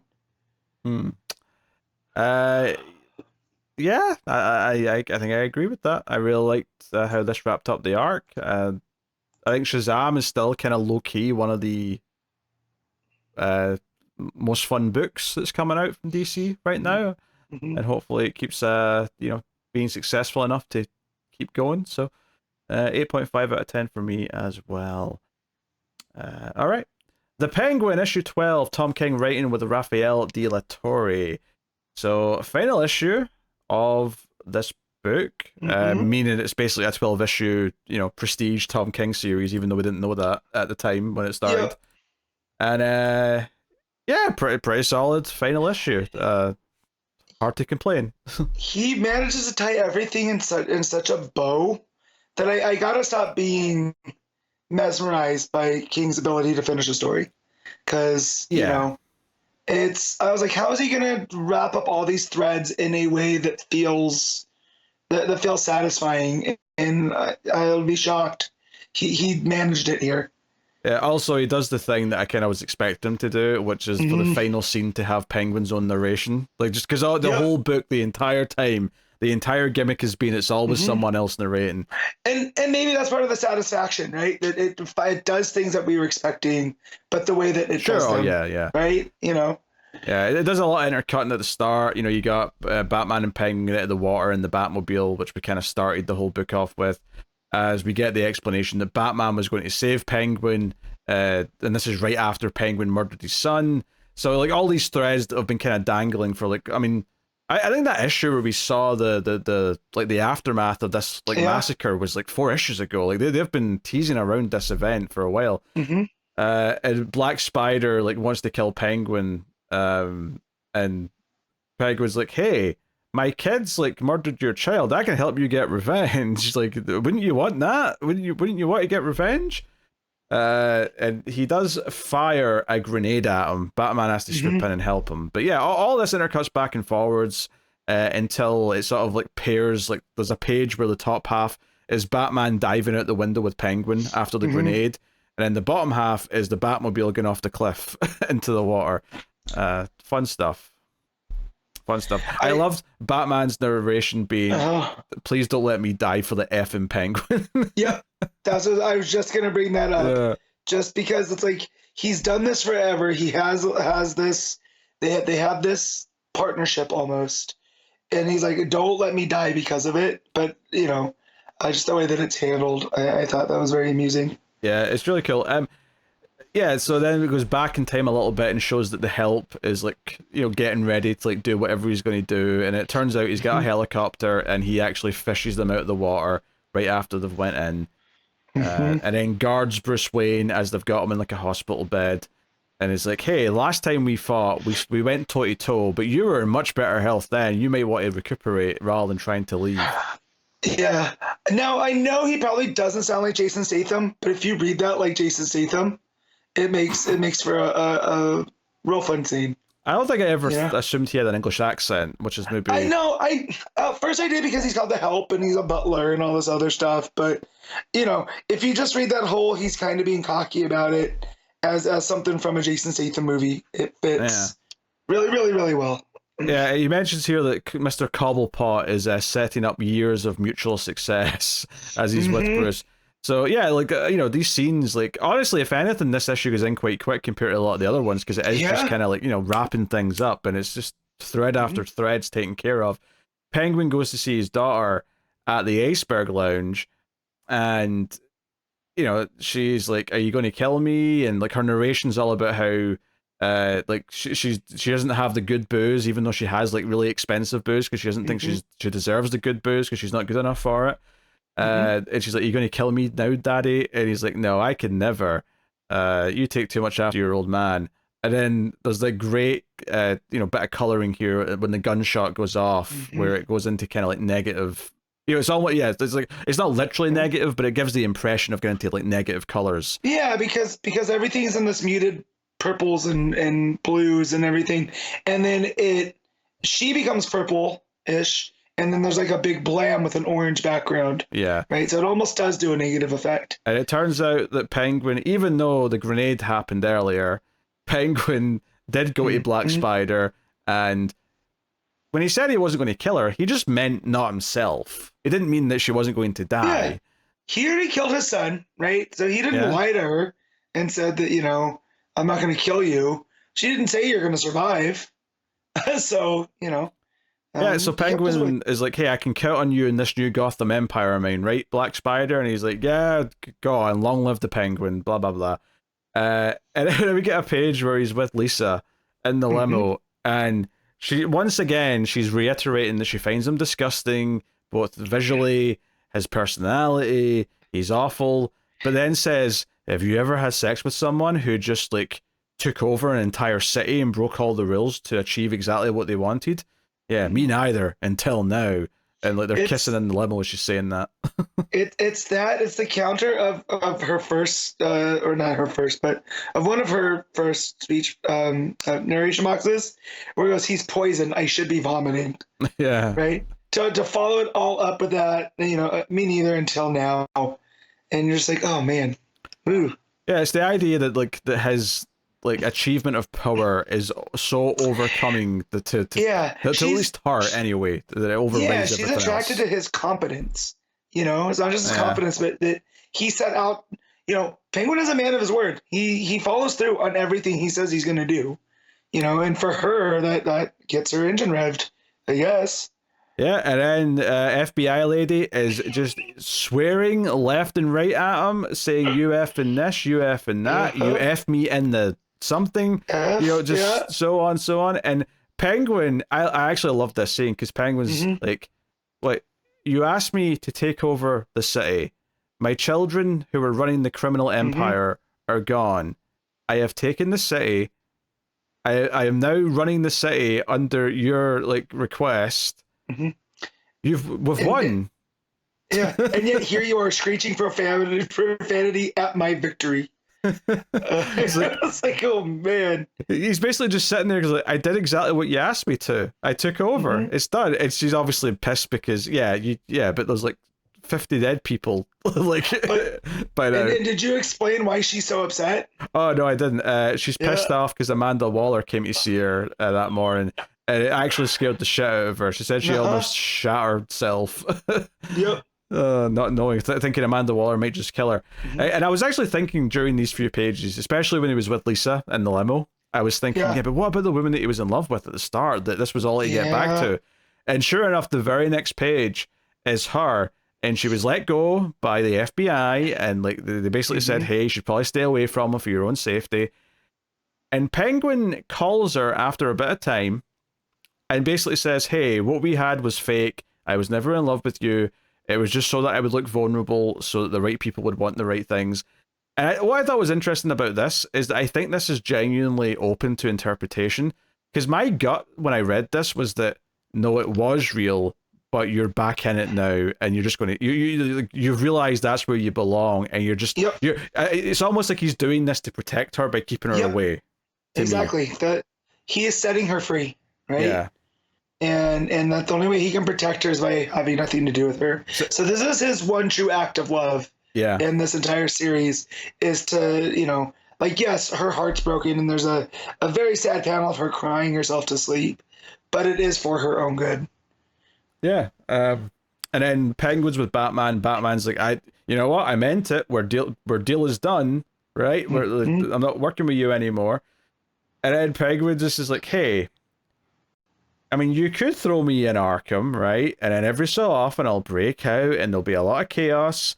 Both when I get out, but also like the criminal underworld's just going to go haywire, whereas I can keep it in order. And the FBI is like kind of like, not funding them, but like they're kind of like in charge of them right now. But now I can be a triple agent, and I can report to you not only about the criminal underworld because you want to know about that, but also about corrupt like federal agents and what they're up to and what they're doing and what they want out of Gotham City. I could be all your eyes and ears. And Batman just stands there in the exact same pose and silent, and obviously his face is in complete shadow. So you just get this idea that he's standing there seething, that Penguin's got a point and that he's right. And it's the way that Penguin's in a different position in every panel. Oh yeah, he's walking around him in circles. Literally. And he has him literally wrapped up. Yeah. Like, what's Batman gonna do? And he says, perhaps, but are you a good man? Or after it's all said and done, all the bodies are cleared off the pavement. Is this just another, sad, edited word, acting on his worst impulses in the hope of repairing a stupid, broken childhood? He goes, like me. And I was like, oh, man, Cobblepot's got Bruce's number down. Oh, yeah. Right? Now that he knows he's Bruce, like, he's able to like appeal to him in a way that... And it's worth mentioning that final part, like me, the end of that sentence is on the next page, which is a full page spread of like from behind them, just looking down at the city. And Batman narrates at the end of this page where he says the whack whack, and he's at his narration, which leads us to the final scene, which is Penguin and his civvies on a park bench.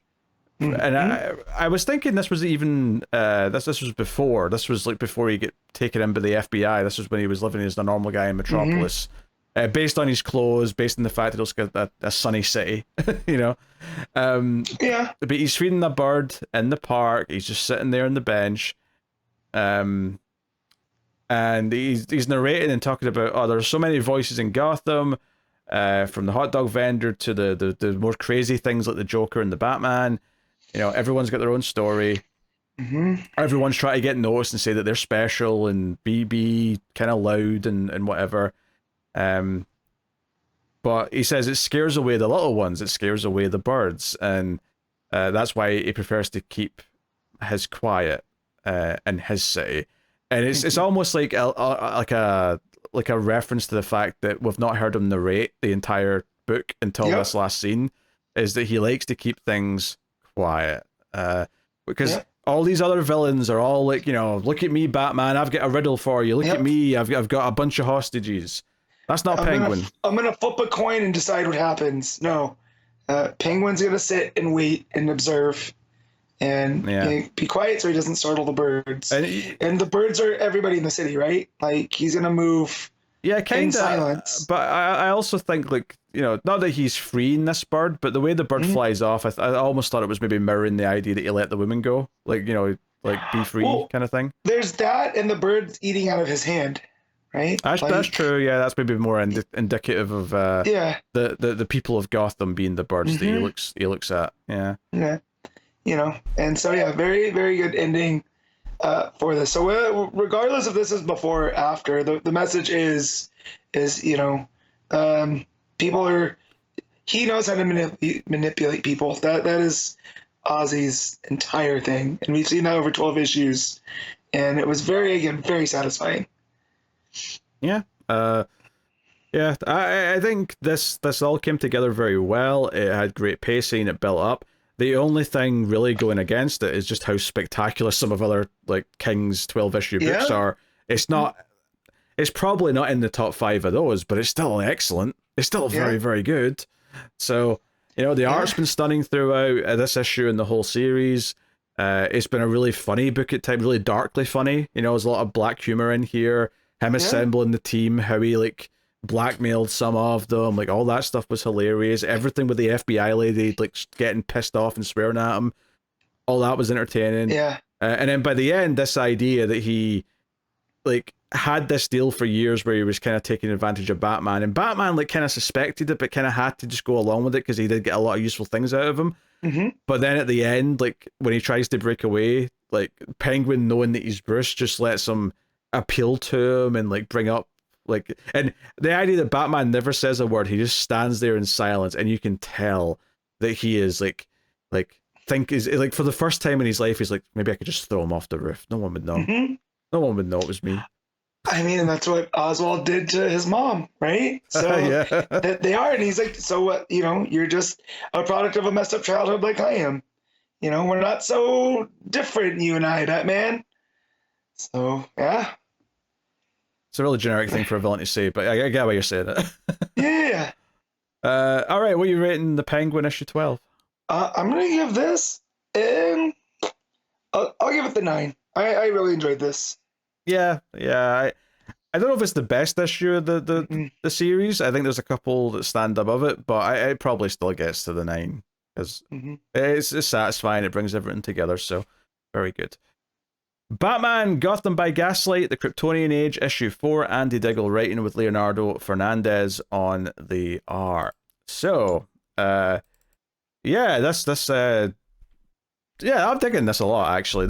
Just the way it keeps adding to like everything, and I feel like this issue especially, it was like, hey, you're gonna get like it's split into 4 or 5, and like each segment is going to be about different parts of what's going on. The first part is the Alan Scott story, and it's okay, the train's crashed, the League of Shadows are coming, the old lady's dying and gives him the ring because the ring, saved him because it wants him to be alive, and that's her argument. And he's like, no, I'm a con artist. I lied about how I was doing all these things before. I'm a charlatan. And the ring still likes you. Shut up and take it, boy. Yeah. I love her whole vibe. It's like, just be quiet and let me die. Also, she has like an ominous warning. She's like, oh, it'll burn green 3 times. 1 brings death. And then we never get to hear what the other 2 are. No. Yeah. So, so he sees these League of Assassins or Shadows kill like another survivor, and he's like, oh shit, that's bad news. And they come after him. He tries to run, and then the ring lights up, and he fires it at them, and it just straight up like melts them. It's a glorious panel of like their skulls. Like it almost looks like Atomic Skull, the way they're sort of like on fire, like green fire. Yeah, for sure. And we get the whole thing where we forget, like, well, I say we, I'll speak for myself here, that like the whole, like, it's, the character's called Green Lantern because originally Alan Scott used the fire from the ring to fire up a lantern, right? And that was to light the way. And then I'm just more associating it with the Green Lantern Corps and like the light and the dark of space type stuff. So here to see it manifest as actual fire again, and with the ominous warning from the old lady, this escalated real fast. Yeah, no, this was cool. It leaves Alan Scott in this really interesting predicament, and then it goes to Gotham Harbor, where this cargo ship's coming in, and like the port authority comes out to greet them, which is a bit strange because they don't normally do this. But the reason for it is that they're on the take. They're getting paid to like let them smuggle things in, but he doesn't want to do it at the docks because the Batman might be around.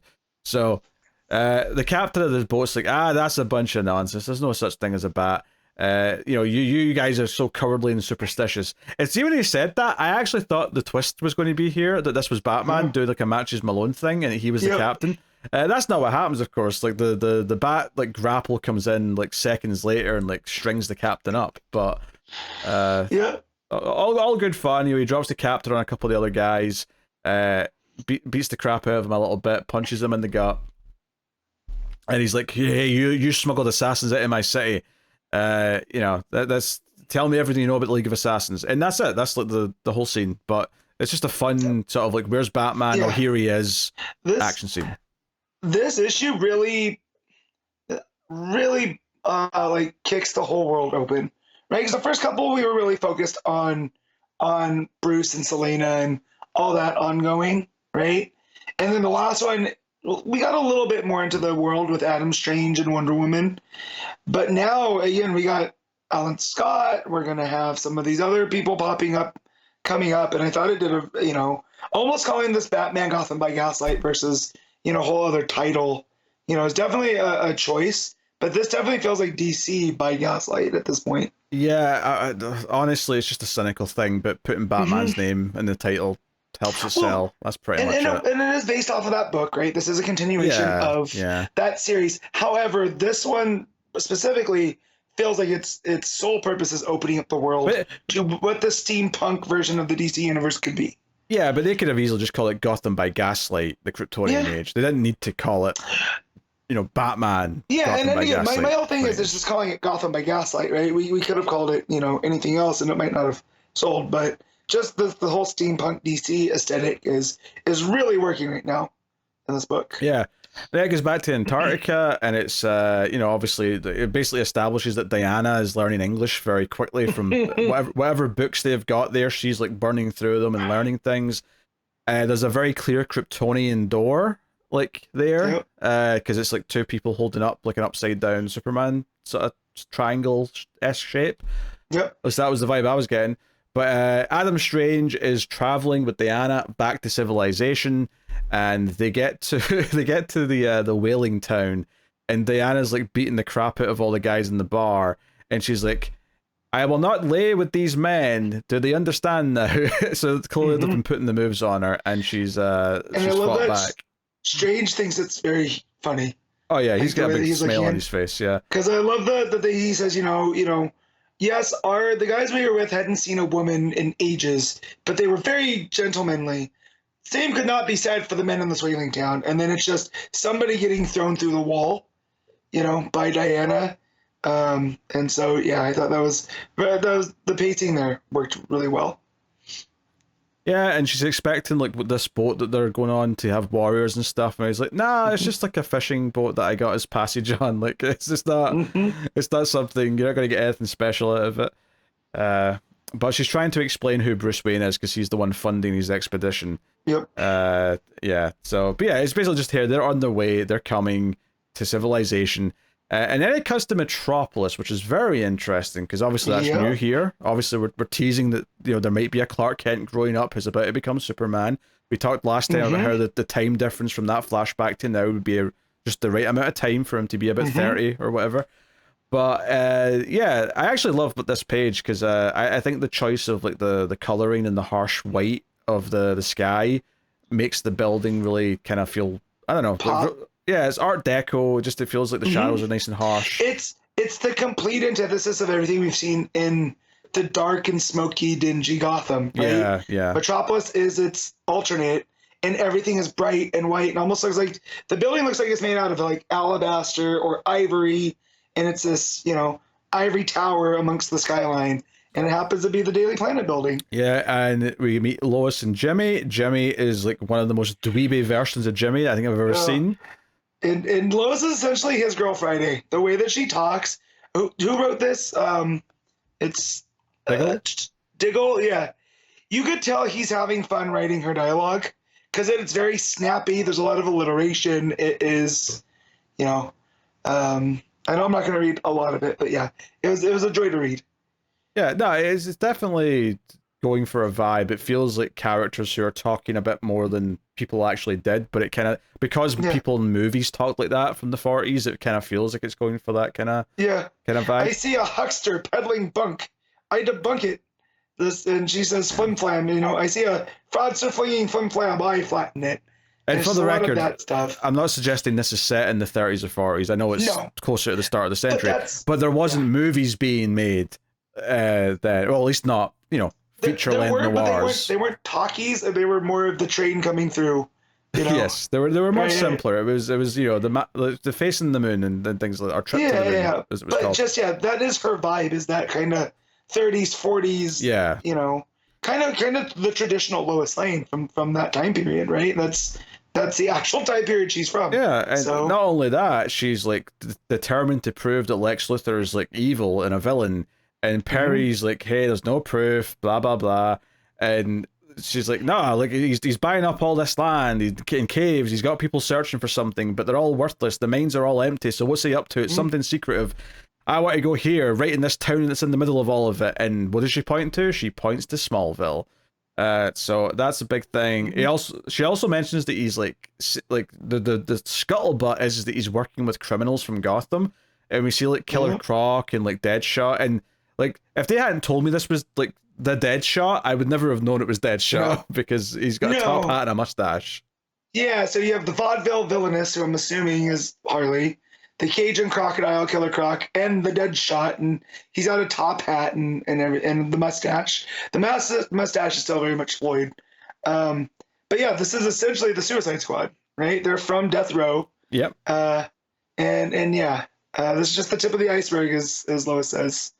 Yeah, so she wants to go to Smallville, and I love the build up to it because the panels like go just black and white, like not just. And when I say black and white, I don't mean grayscale. I mean like. No, they are just silhouettes on a white background as she's making her argument before she points to the Smallville on the map. So it feels like the book is circling getting to Clark. Like, we teased the ship landing in issue 1, we've teased like the Kryptonian age multiple times, and now we've got Lois, Jimmy, Perry, and not only have we mentioned Lex Luthor, in the next scene we're going to see Lex Luthor. So it feels that we're getting close to him. Yeah. Did this version of Perry remind you of Orson Welles at all? Now you've mentioned it, it looks like him a bit, actually. I was getting that kind of vibe from the cigar and just the way that, his proportions so far. He seems like a very, an older Orson Welles. It's the skull. I can see the Orson Welles skull now that you've mentioned it. And of course, Citizen Kane was all about selling newspapers. So like of course, right? It's not like a terrible reference to make. So Lois convinces Perry to fund this trip, basically just because he'll be happy to be rid of her. So which is key in any DC universe, right? Is just will you be quiet if I go send you to do this? Will you leave me alone? Yeah, and interestingly, so we get introduced to Lex in Luthorville. I don't know if this is meant to be Smallville that he's renamed Luthorville, or if he's just building his own town, but... Yeah, I think he's building his own town because this is one of the mines outside of Smallville, because Lois points out that he has just built a railroad through Smallville, right? So I think this is just one of those things that it's the company town. It felt like such a Luthor thing to do, is to buy Smallville and say it's now Luthorville. But yeah, fair enough. But Victor Stone is here, Cyborg. He's not Cyborg yet, obviously. No, they called him Mr. Stone. I'm like, oh, it's Silas. And then they called him Victor. I was like, oh, okay, that's what we're doing here. Yeah, no, because I would have assumed his father as well. But yeah, no, this is Victor, which makes me think that we're going to have a Cyborg by the end of this story as well. Steampunk Cyborg's going to go so hard. Oh, yeah, they could do a lot with how he's going to look, actually, now that I think about it. But very quickly, Lex shows up. Mercy Graves is there to greet him. And Lex is like, hey, like I'm not asking you to be a partner. I want you to leave that silly job where you're doing bookkeeping or whatever it is. You, like, I want you to be my assistant. We're not going to, like, you're working for me. We're not working together, but you're smart enough that you'll be able to keep up. So he's, Lex is Lex. He's very condescending, even when he's kind of praising him, as you do.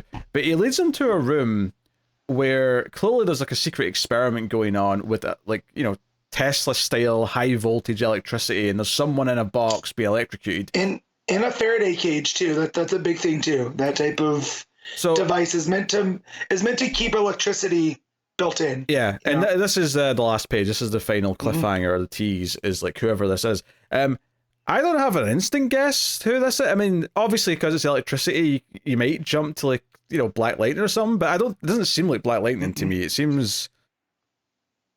I mean, at this point, it's a lot like Deceased. They could just be using that concept, right, for somebody. I mean, part of me even thought this was Clark, that Lex had somehow found Clark and was testing him, how much he could take or something like that. Yeah, it's very curious. It's definitely, because obviously whoever it is just bright white from the electricity, and they're all sort of spiky. But I do get the impression it's a younger person, and maybe that's just me jumping the gun. But the colors around the electricity, I wonder, maybe it's Parasite. He's found a way to absorb all of this energy, right? And that's how he's keeping him fed. I mean, but hey, to be fair, there's lots of versions of Parasite where Lex is instrumental in his origin. So no, that's not a bad guess. But if you look at it, and this could just be the artist drawing stuff on the chalkboard, but it looks like Luthor's experimenting with some type of time dilation, because if you look at the kind of hourglass type thing at the top, it's this future past, here we are. So I'm wondering if he's digging into the mines to get down to where the Amazons are, because the center of the earth kind of thing, because Diana had mentioned about time shifting as she was on her way in and out. So yeah, maybe. But as soon as I saw that written on the board, my first thought was, someone from present day DC is going to come back here, or someone from this is going to go to present day DC, and maybe they'll still get a glimpse of what the current DC universe looks like or something. Not that this is literally in the past of current DC, because obviously it's not. This is an alternate version, but. For some reason, that's the first thing I thought of is, one of these characters is going to get to see what modern DC Universe Metropolis looks like, something. I was thinking about the center of the earth type stuff that they'd gotten. That's what he's digging so far. That seems more level-headed of an expectation, but I immediately jumped to the extreme of they're going to do something wacky with this. We do have Victor now, and he is tied more to Darkseid. So, maybe this is something to involve the New Gods as well. I mean, okay, we're assuming now, though, that Lex, not intentionally necessarily, but is going to be responsible for Victor getting injured that leads to him being Cyborg, right? Right. Seems like a likelihood at this point. But I loved it just cutting to Metropolis and be like, here's Lois, here's Jimmy, here's Perry, and here's Lex, right after, because it feels like, we're getting... It's starting to feel like, because you know how this was meant to be 12 issues or whatever? And then... all of a sudden they started saying 6. I do still think this is going to be more than 6. It's just that maybe they're splitting it in 2, because I'm starting to get the feeling that the cliffhanger at the end of issue 6 is seeing Superman for the first time, and that's going to be the break point where it's okay, we'll be back for volume 2 in a bit of time, because I don't believe for a second that this whole story is going to be wrapped up in 2 more issues. I feel like we're still just setting things up. This just opened up more. Right? This feels like we're a quarter of the way through the story. It's just picking up now. All the pieces have been laid. Now we just have to follow them to their conclusions. But so I looked on League of Comic Geeks and the I don't want to spoil anything, but there's something on the cover of issue 5.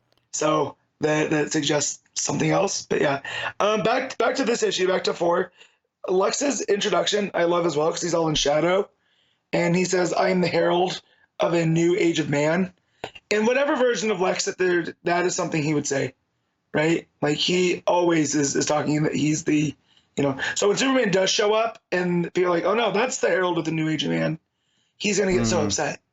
And that hits that dynamic there as well. Lex does not like Superman's hogging his spotlight in any way, shape, or form. But this definitely feels like Lex who's up to sinister things even before all the superhero type stuff, which I always like. I always like a more evil Lex that is kind of hiding from the general public until Superman shows up.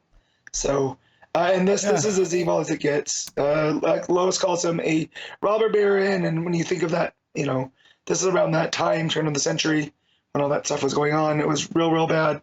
So, just this has been a real fun, trip into another type story. These last, 2-3 issues. We've been really getting beyond the whole, Batman during the steampunk time. Yeah. Which I still want to see more of, though, for the record, because those scenes have been great. I think I wanted, like, the art here is very good. I do think occasionally there's the odd face that's just a little bit off. Like, like a couple of the panels of Lois when she's, like, arguing with Perry just feel a little bit too flat and kind of feel weird as a result.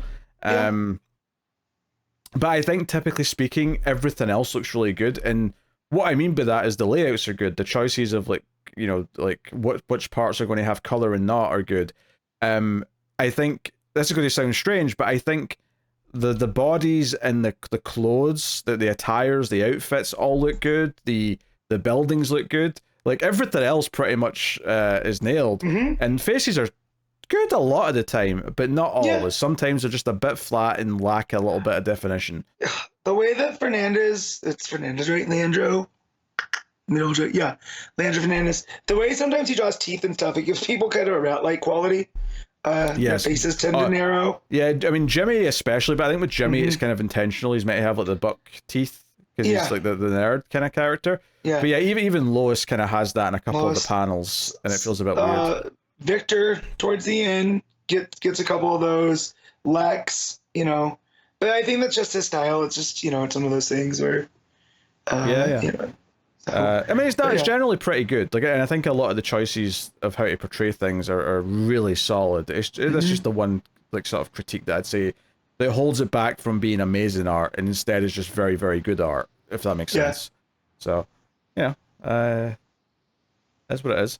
All right, Matt, what are you rating Batman Gotham by Gaslight, the Kryptonian Age, issue 4? I'm gonna give this an 8.5. Yeah, I think I'm inclined to agree with that. It was really good. I mean, I'm enjoying learning more about the versions of the characters in this world. I think the way that it's sort of teasing and building up and getting closer and closer to Superman, where this issue, like, we heard the name Smallville, we heard the name Metropolis, we saw a lot of the supporting characters that we associate with Superman. We're getting very, very close to, like, getting to him. And that's why I say, I think whenever we do see him, I think it's going to be a final page of an issue. And, like, hey, come back, you know, next time. But I love that they're holding back from it, and, like, because it's entirely possible the first time we see him is going to be the time he, like, debuts as Superman. You know, it's going to be that moment where he shows up and saves something. But very cool. All right. Well, every month on Patreon, you can make me read a book at one of the higher tiers if you want to support the show over there and get something out of it. Today I'm talking about Batman and the Outsiders, issue 17. So that's what I'm going to dive into now.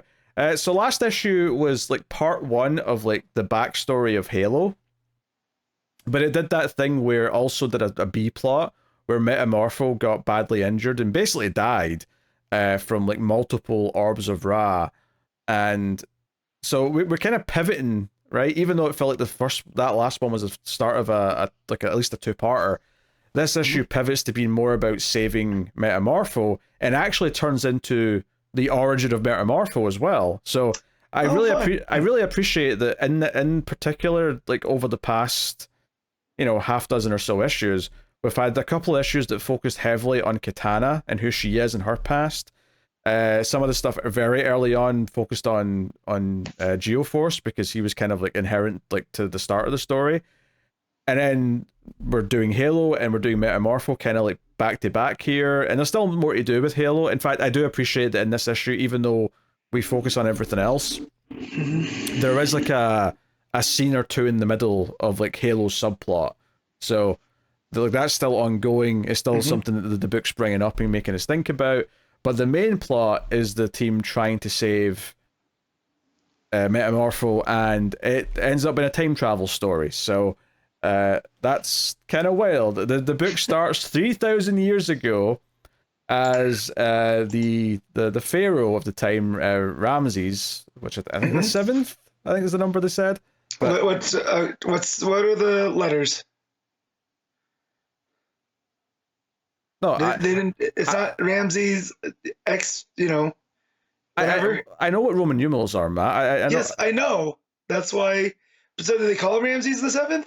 At one point, I'm pretty sure. I'm saying I don't remember. I think it was 7. They said, but I don't remember. Okay. Gotcha. Right, but I understand how to read Roman numerals. As if that's... Yes, I know. That's what I was gonna say. If you just go back and look and say we can figure it out. Anyways. It's not at the start of the book though, it's somewhere in the middle, which is why I'm not just checking Gotcha. it. Right. Gotcha. It's not important. The point is he's upset. He's looking up at the sun, and basically he's like, "Oh, why have you forsaken us, God? I took your name, and you're not like helping us." And then his like, I don't know, his deputy or deputy pharaoh. I'm sure that's not a term, but you know what, whatever. His guy comes in and says, "Okay, I drew a prophecy in the sand. Like, my hand was taken by one of our gods, and drew our saviors who's going to help us." And you looked out into this sort of like sand pit where he drew, and what's he drawn? He's drawn the outsiders, right? Just in sort of profile. You see like a Batman head, you see a Geoforce head, Katana head, so on and so forth, and he's drawn a plane, and he phrases it. Although the plane notably has like a sort of beak, so he's obviously interpreted it as a bird. But right. He's like, no.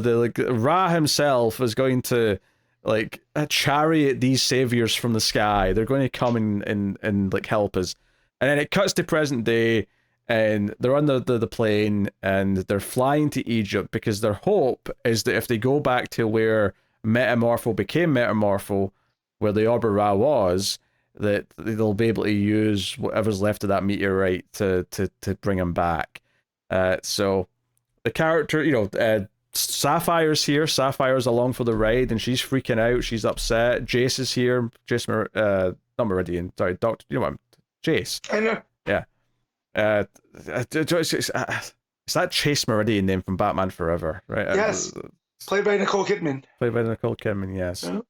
Long before she was doing the AMC like stand and salute thing. Yep. So basically, like, they recap the events of the last issue a little bit, and what happened to Metamorpho, just in case someone bought this issue and didn't read the last one. But so he's kind of lying there in this husk of a body, and Jace is kind of theorizing like how they can maybe help them.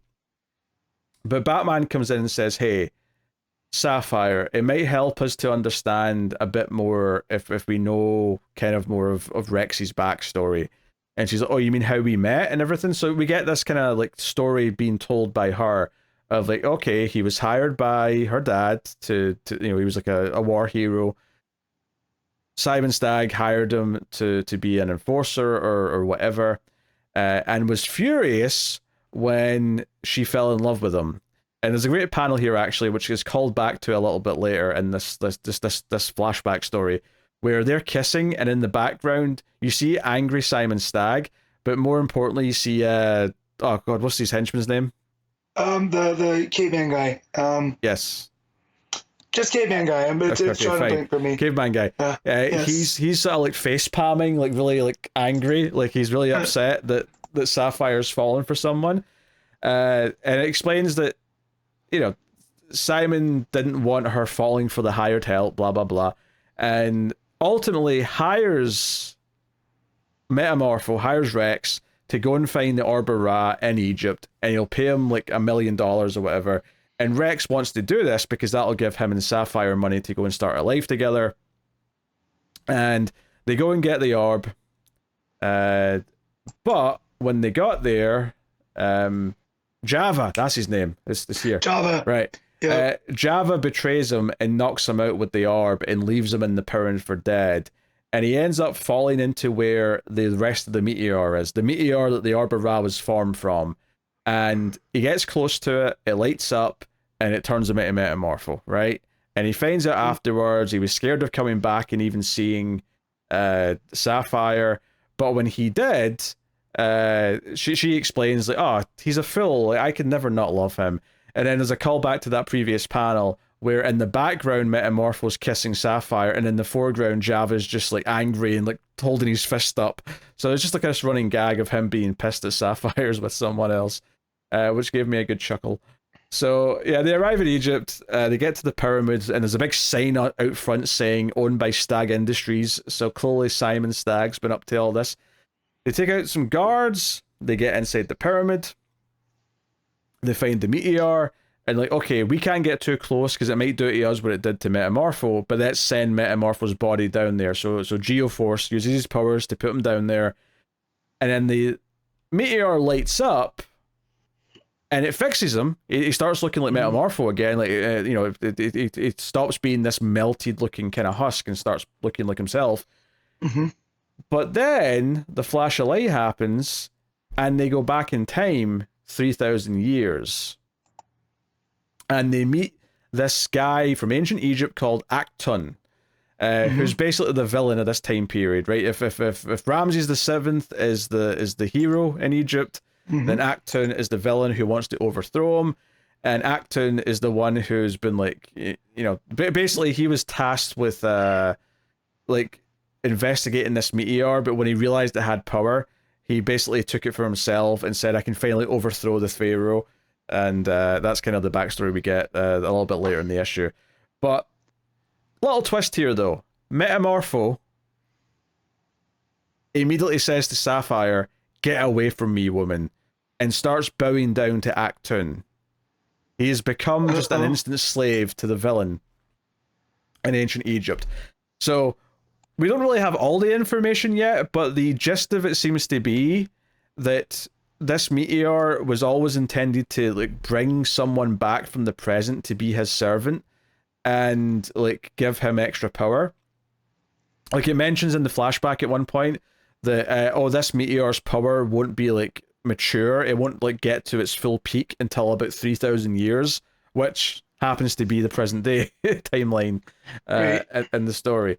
So yeah, basically Metamorpho, after he like pledges his allegiance to Acton, Sapphire comes up and tries to like turn him around, puts her hand on his shoulder, and Metamorpho turns his hand into effectively like a ping pong bat and backhands her. He backhands Sapphire to sell that he is full villain right now. He is not himself, and immediately like Geoforce steps in to fight him. Black Lightning does as well, and like shit, we've got to like subdue him and like deal with this somehow. And Sapphire's here in the past as well, as is Jace. In fact, because Jace like predicts like what time period they're in, Acton immediately says, "Get me that woman. She has knowledge. She has the knowledge of time. We can find out things from her." So they actually kidnap Jace. Metamorpho's still with them, but the outsiders get away. Although not after a bit of a fight scene with Metamorpho. There's a whole bit where he like conks Geoforce on the side of his head with big metal arms. Then there's a whole bit where Katana like stabs like the goo he turns into, but then he just kind of like comes up around her and like engulfs her in like this like green slime that he's turned into. There's a lot of fun stuff. Geoforce has to come and grab her and like sort of like take her away, and ultimately Geoforce like flies them all away in like a sort of protective bubble because like, we have to regroup, we have to like figure out what to do here, and they get confronted by soldiers for the Pharaoh who take them to the Pharaoh. This is where it intercuts though, and we come back to present day, and we get more of the Halo storyline, which is very intriguing because she's like getting clothes out of her closet, right, that she doesn't remember any of because she's doesn't remember this life, and she like thinks to herself, I can't wear this to school. Basically the implication being this is really slutty and this is not me. And then a policeman shows up at the door, like the local sheriff or whoever, and is like, "Hey, I want to speak to the daughter," and he asks questions. Now in the last issue, Batman found this record that Violet, who Halo was hanging around this troubled guy who turned up dead in Paris from a drug overdose. And this cop comes in and he shows this photograph of them together, and they're both smoking and looking like outlaws. And he's like, "Hey, do you remember this man?" And she's like, "No, who is he?" And the policeman explains, he turned up dead in Paris, and like, if you can remember anything. And the dad gets all defensive and says, "Stop asking her questions. She can't remember anything." And he's like, "Okay, fair enough. But if she does, come back to me." And it's this whole thing where the dad, like, as he's driving her to school, like, kind of gets stern and says, "Hey, if this amnesia thing is an act, like, I can't bear to, like, for your mother's heart to be broken again. And she's like very innocent and says, "What? I wouldn't do that. Of course I wouldn't. I wouldn't try and hurt either of you." And he's like very stern, and it's clear that whoever she was before was like a troubled child, real bad, shall we say? Yeah. And that's the thought she has as she walks away into the school building. She says, "What kind of person am I?" And she looks really concerned. And the art, obviously it's an art from a simpler time, but the art does a good job here of just making her look really worried. Like, and I actually really like this plot that she might have been like a complete bitch before she got amnesia and became Halo. That she was an awful person. She was maybe a villain's a strong word, but like a really bad person, and that she's better now. But I do wonder where this is going. Like, I genuinely don't know. Like, because I suspect she's going to end up back with the Outsiders, but it would be weird for her to leave her parents if this really is her parents and there's not something else going on. So my guess right now is that whoever Halo is has like taken the form of this missing girl, because maybe she saw her or something. Maybe she's actually an alien, or I don't know. But that's my guess right now. I actually do not know. I don't know enough about Halo to know this, so I'm actually quite excited to find out. But yeah, so I love that this was in here in the middle, because it just I didn't want this plot to be forgotten about as we went to do this like weird time traveling stuff. Which is not to say that I'm not enjoying that. I really appreciate that it's fleshing out the backstory of Metamorpho. Even if it wasn't like written originally for this time, I do appreciate actually getting to know who he is. And I vaguely know like his origin story, but like I didn't really know it that well. Yeah, so it turns out that Stag was making all those extra orbs of Ra. Like they weren't sure how he was doing it at first, but they realized that the meteor that it came from has a bunch more chunks taken out of it, so he literally just made more from the same source. So yeah, there you go. So Batman and the Outsiders are with the Pharaoh, and there's a joke here about Sapphire having this like bright blonde hair, and the Pharaoh's wife is like, "Oh, did magic create this color?" And she says, "Yes, it's called Clairol," which I assume is a hair dye brand that I've not heard of, but I got the joke all the same. So yeah, basically the Pharaoh explains what happened. This meteor landed. He sent Actun to go and like deal with it. Actun took the power for himself, and now he wants to overthrow the Pharaoh. And this is sort of bringing us up to speed, where it's like, okay, this is where we are now, and you guys are here to save us. And yeah, so basically the way it ends, because this is the final page now, is Batman basically spells out the dilemma they have. Is that the history books don't say that Ramses VII was overthrown by anyone, which suggests that it's the type of time travel where they were always going to come back and stop it. But Batman says that, well, yeah, like our number one priority now is to keep history intact, even if it means the death of Metamorpho. Like, we can't prioritize that. We have to make sure because if we change the timeline, who knows how much that'll change? Right. Thousands of years later, because everything will spiral differently. So that has to be the priority now. So they're in this like predicament where they can't. Obviously, I'm assuming Metamorpho will turn out to be fine by the end of all this, but very curious. They do bring up at one point, actually, someone's questions, wait, why didn't if the meteor was always going to bring someone back in time to this time period, why didn't it do that the first time Rex got near it? And they're not really sure. My guess would just be that it wasn't ready yet, because Actun actually did say it'll take 3,000 years, so it was close to being ready, obviously, relative to those 3,000 years, but wasn't quite there yet. Or maybe there'll be more of a reveal next issue as to why it didn't take him back in time the first time. But regardless, yeah, I mean, I went into this one a little bit like negative, just in the sense that I thought it was weird that we were like diverting away from Halo's plot, because it felt like that was just the start of that story. But I will say that everything they've done here is the time travel stuff's just a fun part of it.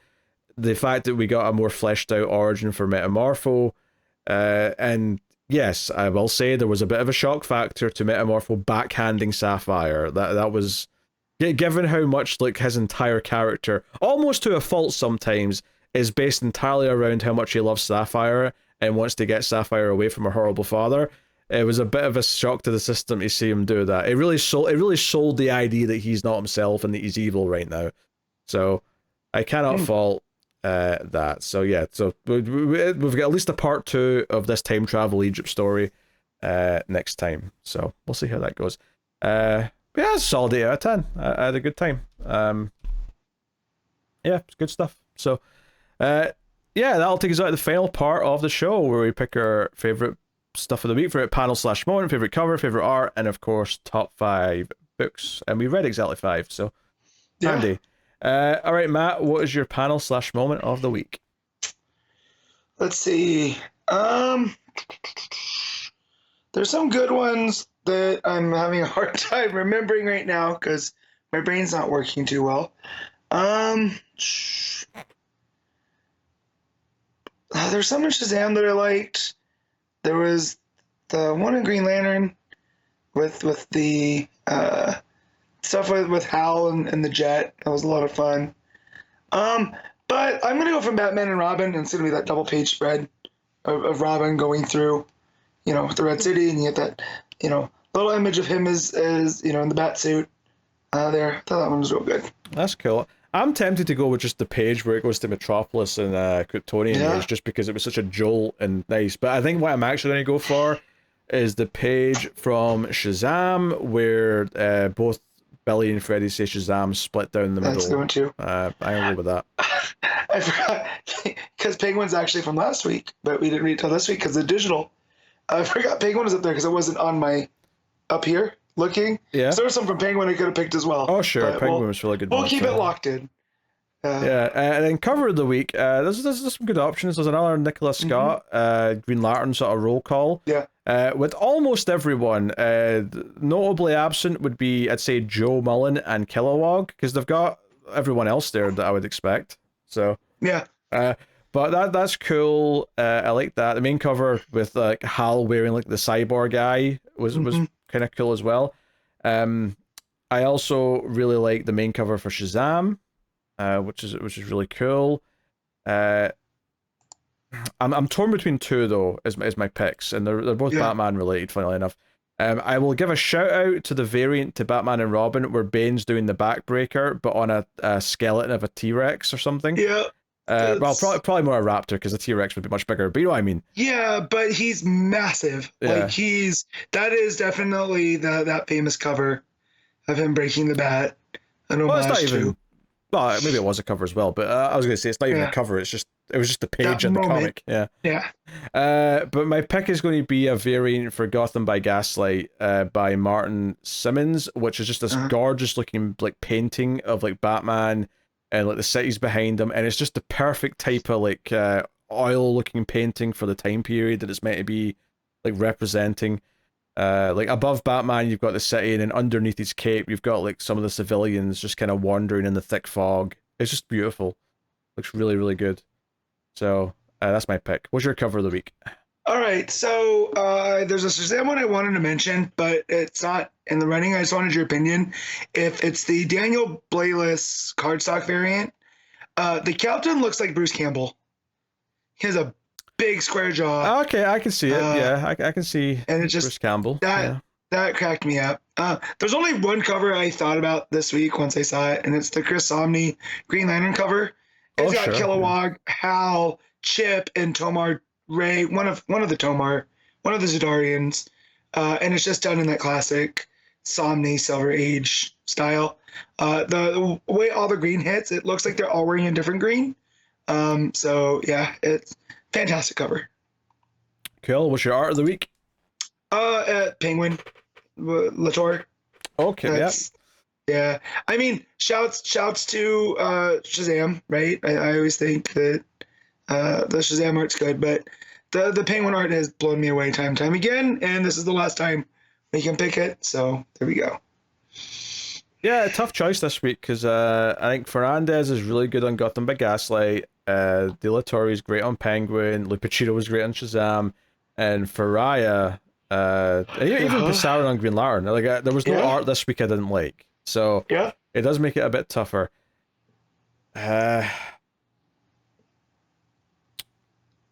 I think I have to go with De La Torre as well. I mean, Like, I kind of wanted to go Ferreyra, I kind of wanted to go Fernandez, but I think I have to go with De La Torre. If I'm really asking myself, that's the pick. All right, top 5 of the week, Matt. All right, number 1 is Penguin. 2 is Gotham by Gaslight, Kryptonian Age. 3 is Green Lantern. 4 is Shazam. 5 is Batman and Robin. I feel like mine's going to be pretty similar here. Yeah, my number 1, I will go with... I'm going to go Gotham by Gaslight, number 1. And then number 2, I'll go Penguin. Number 3, I'll go Shazam. Number 4, I'll go Green Lantern. Number 5, Batman and Robin. I was actually questioning there between Lantern and Shazam. I think I will put Shazam above it, but it was close. It was definitely close this week. So, cool. Yeah, it was weird actually, because Shazam was normally week 1, so it's weird that it's this week with these other books. And also, this week had Action last month, so that feels missing. I don't know, it feels like a weird, like they've swapped some books around here, and it's making me feel weird. But anyway, let's see what's coming next week from DC Comics. We have Batman Superman World's Finest 31, Superman 18, Wonder Woman 13, Catwoman 68, Batman The Long Halloween, The Last Halloween issue 0, so that'll be an interesting one to check out. We got John Constantine Hellblazer Dead in America issue 9. We have Dark Knights of Steel All Winter issue 3. We have Absolute Power Super Sun issue 1, so I assume that's just a one-shot about John tying into the event. We have Jenny Sparks issue 2. There's Multiverses Collision Detected issue 1. And then there's reprints and there's a Batman Elmer Fudd special 2024. I think I'm going to assume that's like a reprint of that story though. Yeah. It's the same cover, so I would assume so. Yeah, and then it's just a bunch of facsimiles, but yeah. I mean, I think looking forward to seeing what that Long Halloween book's like. But All Winter is definitely... All Winter and Jenny Sparks are the two that are really sticking out. Wait, didn't we just have Jenny Sparks like a week or two ago? That doesn't feel like it's been... It wasn't a week or two, but maybe it was 3. But it wasn't a week or 2. That's fair enough, but it feels quicker than I was expecting. Are you gonna check out the Super Sun? Because it's Nicole Maines and Selena Grace, so it's probably following up on the Dreamer stuff. But I mean, I was up for it until you told me who it was by, and now you've made me question it. Yeah. Depending on how much time I have, maybe I'll give it a go. I mean, I'll have 6 books without that, so I'll probably not then, if I'm being honest. So Jenny Sparks came out on August 21st. So okay, I guess that'll be about a month. It feels quick to me, but it's just time feeling weird. Yep. All right, well, I guess that is us. That is the show. That has been Comics From The Multiverse, everyone. Hopefully you have enjoyed our ramblings about these comic books, and will join us again next week for another round of them. But that is the show. You can support everything, of course, over at patreon.com/MailFuzzTV. It helps us out a bunch if you do. And of course, you can like, subscribe, ding the bell for notifications on YouTube, rate the audio podcast, whatever it may be. All these things do help as well. But that is pretty much the show. So, yeah, thank you very much for joining us. We're barreling towards DC All In and absolute universe shit that's coming in just a few weeks now. So, yeah, look forward to that as well. But that is us. So thank you once again for watching or listening. We always appreciate it. Keep reading DC Comics. And remember to never get lost in the Speed Force.